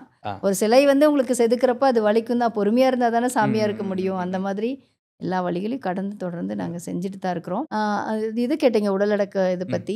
நாங்கள் அடக்கம் பண்ணுறது மட்டும் இல்லை, வருஷத்தில் ஒரு தடவை, இது வரைக்கும் 4 வருஷம் நான் போயிட்டேன், காசி போயிட்டு அந்த உடலுக்கு அந்த ஆத்மாக்கள் எல்லாம் சாந்தி அடையணும்னு வந்து நான் வேண்டிட்டு பூஜை பண்ணிட்டு வந்துட்டுருக்கேன். Okay okay okay. அது ரொம்ப ஒரு ஆத்ம திருப்தியை கொடுக்கும். அது கடவுளை நம்புறவங்களா இருக்கட்டும் நம்பாதவங்களா இருக்கட்டும், அது அவங்களோட விருப்பம். இயற்கையே இறைவன். ஆனால் எனக்கு அது வந்து ஒரு ஆத்ம திருப்தி. அந்த ஆத்மாக்கள் வந்து என் கூட இருக்காங்கன்னு நான் நம்புகிறேன். ஓகே. இந்த அடக்கம் பண்ண ஆத்மாக்கள் இருக்காங்கல்ல, எனக்கு நிறையா வந்து நடக்கிறத கொஞ்சம் முன்னாடி உணர முடியும். ஓகே. அது சொன்னால் யாரும் நம்ப மாட்டாங்க. ஆனால் நான் சொல்கிறேன், என்னால் அது வந்து கொஞ்சம் உணர முடியும். இது நடக்கும், நான் ஒன்று சொன்னேன்னா அது நடக்கும். நிறைய நடந்திருக்கு. அது கொஞ்சம் ஒருவேளை என்னோட அறிவு கூர்மையாக இருக்கலாம், இல்லை இந்த மாதிரியும் இருக்கலாம், நம்ம ஆன்மீகம் சார்ந்தும் போகலாம். இந்த மாதிரி எனக்கு அவங்க எல்லாரும் வந்து நல்ல ஆத்மாக்கள் எல்லாரும் துணை இருக்காங்க. ரொம்ப சந்தோஷமாக இருக்குது. எனக்கு இங்கே அனாதை பிணங்கள், ஆதரவற்றவர்கள், யாரும் இல்லாத முதியோர்கள், இந்த மாதிரி யாரும் இருக்கக்கூடாது. இதுதான் என்னோட வாழ்க்கையில் ஆசை. அதே மாதிரி குழந்தைகள், அம்மா அப்பா இல்லாத குழந்தைங்க, நம்ம இது வரைக்கும் வந்து பார்த்திங்கன்னா நம்மக்கிட்ட ஒரு 4 குழந்தைங்க நம்ம வந்து எடுத்து, அதுவும் அப்போ தான் ரொம்ப போராட்டம், போலீஸ் ஸ்டேஷனெல்லாம் போய் நிறையா பிரச்சனைகளை சந்தித்து நம்ம கொண்டு போய் விட்டோம். நம்ம கொண்டு போய் விட்டப்ப 6வது போன குழந்தை இன்னைக்கு 12வது முடிச்சு கல்லூரி போகிறாங்க. யாசகம் வாங்கிட்டு இருந்தவங்க ஈரோடு பேருந்து நிலையத்தில். ஒரு பெண் குழந்தை வந்து அந்த பரம்பரையிலேயே ஒருத்தர் கூட 10வது 5வது கூட தாண்டினதில்லை, அவங்க கல்லூரி போகிறாங்க. எனக்கு அப்படி ஒரு வெற்றி அது. இன்னொரு குழந்தை இங்கிலீஷ் மீடியம் படிக்கிறான், இன்னொரு பையன் தமிழ் மீடியம் படிக்கிறான், இன்னொரு பையன் பெத்த தாயே பேருந்து நிலையத்தில் வந்து அந்த பையனோட தங்கச்சியை கூட்டிகிட்டு போயிட்டாங்க, அவனை விட்டுட்டு போயிட்டாங்க. அவனும் இப்போ நாம் வந்து எல்லாம் அவனுக்கு வந்து ஒரு அம்மா ஸ்தானத்தில் ஈரோடு பஸ் ஸ்டாண்டில் விட்டுட்டு போயிட்டாங்க. எல்லா எவிடன்ஸ் என்கிட்ட இருக்குது. சொல்லி CWCயில் சொல்லி கொண்டு போய் அவனை விட்டு அவன் பார்த்துட்ருக்குறோம். இன்றைக்கு வரைக்கும் படிக்கிறாங்க. எல்லாமே வந்து ஒரு அம்மா ஸ்தானத்தில் நம்ம என்ன செய்யணும், ஒரு நோம்பி நொடின்னு வந்தால் ஒரு துணிமணி எடுத்து கொடுக்கறது, அந்த மாதிரி அவனுக்கு எல்லாமே பண்ணுறோம். வெளியில் கூட்டிகிட்டு வரதை கொஞ்சம் வந்து நாங்கள் பண்ணுறதில்ல, ஏன்னா அது ரொம்ப ரிஸ்க். ஏதோ ஒரு மிஸ் ஆச்சுன்னா நம்ம பதில் சொல்ல முடியாது கவர்மெண்ட்டுக்கு அப்படின்ட்டு அதை மட்டும் பண்ணுறதில்ல. இந்த மாதிரி 4 குழந்தைங்க இருக்காங்க. இதெல்லாம் பெரிய, இதெல்லாம் என்ன ஒரு ஸ்டோரி நிறைய இருக்குது. இன்னும் அதெல்லாம் சொன்னால் உங்களுக்கு டைம் பத்தாது. கண்டிப்பாக. ஸோ கண்டிப்பாக வந்து தொடர்ந்து வந்து இந்த விஷயங்களை வந்து தொடர்ந்து பண்ணுங்கள். மக்களுக்கு வந்து இந்த மாதிரி சோஷியல் ஆக்டிவிட்டீஸை வந்து வெளியே கொண்டு வரணும் அப்படிங்கிறதுக்காக தான் இந்த ஷோவே வந்து பண்ணியிருக்கோம். இந்த வீடியோஸ் பார்த்து உங்களை வந்து நீங்கள் சொன்ன விஷயங்களுக்காக உங்களை வந்து மக்கள் வந்து தொடர்பு. அப்புறம் முக்கியமான ஒரு விஷயம், இளைஞர்கள் வந்து யாராக வேணா இருக்கட்டும், 2 சக்கர வாகனத்தில் போகையில் தலைக்கவசம் அணிங்க. அதே மாதிரி 4 சக்கர வாகனத்தில் போகையில் அந்த சீட் பெல்ட் போடுங்க. ரொம்ப விபத்தை வந்து நம்ம தடுக்க முடியும். வாகனத்தில் போகையில் எப்படி நமக்கு இப்படி நடந்துருமா, கீழே விழுந்தா என்ன ஆயிரும் தயவு செய்து யாரும் நினைக்க வேண்டாம். ஏன்னா நம்ம தலை தான் வந்து இருக்கிற உடம்புலையே கனமானது நம்ம தலை தான். கீழே விழுகிறப்ப ஃபஸ்ட்டு தலை தான் அடிக்கும். அந்த தலையில் அடிக்கிறதுனால தான் அந்த ஒரு சின்ன இம்மி அளவில் வந்து நம்ம காப்பாற்ற முடியாமல் போயிடுது. ஒன்று, தலைமுடி வந்து பார்த்திங்கன்னா இங்கே எல்லாம் வெட்டியிருப்பாங்க, இங்கே பூரா பண்ணிவிட்டு இங்கே மட்டும் மண்டையில் இருக்கும். இது வந்து ரொம்ப ஆபத்தானது. இது நான் ஒவ்வொரு கல்லூரி மாணவர்கள்கிட்டையும் நான் போய் அதுதான் சொல்லுவேன். இந்த முடி வந்து நமக்கு பெரிய பாதுகாப்பு.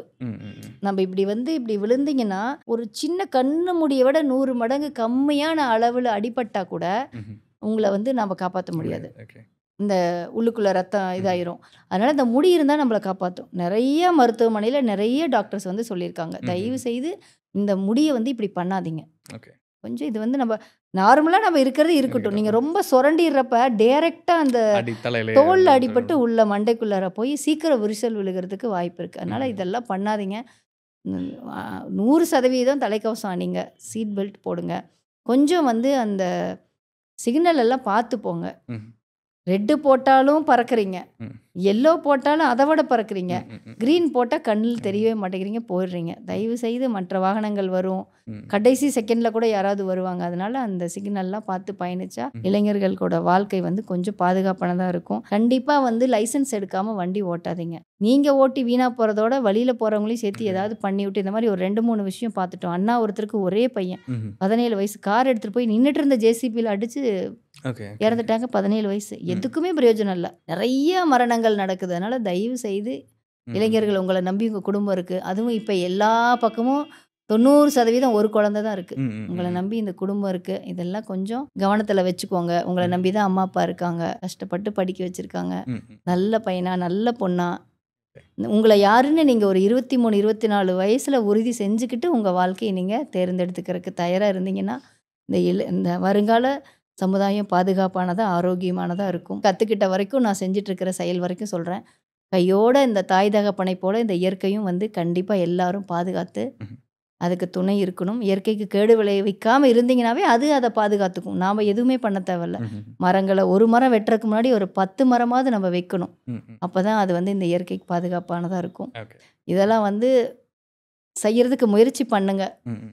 கூட வந்து ஒரு கெடுதலுக்கு துணை இல்லாமல் இருந்தீங்கன்னாவே வந்து நம்ம ஊர் நல்லாயிருக்கும் Okay, okay. அப்படின்னு சொல்லிட்டு எனக்கு இப்படி ஒரு வாய்ப்பு கொடுத்த விக்னேஷ் உங்களுக்கு வந்து என்னோட நன்றியை தெரிவிச்சுக்கிறேன் இளஞ்சி நண்பர்களின் சார்பாக. நன்றி. So, ரொம்ப டீட்டெயிலாக நிறைய விஷயங்கள் வந்து ஷேர் பண்ணிருந்தீங்க. நிறைய விஷயங்கள் ஓப்பனாக பேச முடியலனாலும் புரிஞ்சுக்கிற அளவுக்கு வந்து சொல்லியிருந்தீங்க. கண்டிப்பாக இந்த வீடியோ பார்க்கக்கூடிய இந்த பாட்காஸ்ட் இவ்வளோ நேரம் பார்த்துருக்காங்க அப்படின்னா மக்களுக்கு ஓகே இளஞ்சின்னு ஒருத்தங்க இருக்காங்க, இவங்க இவ்வளோ விஷயங்கள் பண்ணியிருக்காங்க அப்படிங்கிறது தெரியும். அதை தாண்டி என்னென்ன ஸோ எனக்கு இந்த மாதிரி ஒரு பர்சனல் ப்ராப்ளம் இருக்குது, அல்லது வந்து என்னோட ஃப்ரெண்டுக்கு இந்த மாதிரி இருக்குது, அல்லது எங்களுக்கு தெரிஞ்சவங்களுக்கு இந்த மாதிரி இதெல்லாம் இருக்குது, ஸோ இதை அட்ரஸ் பண்ணுறதுக்கு யாராவது சப்போர்ட் வேணுங்கிறவங்க கண்டிப்பாக இந்த தொடர்பு வீடியோ கொள்ளலாம். மூலிமா உங்களை பார்த்துட்டு ரீச் பண்ணாலும் பண்ணுவாங்க.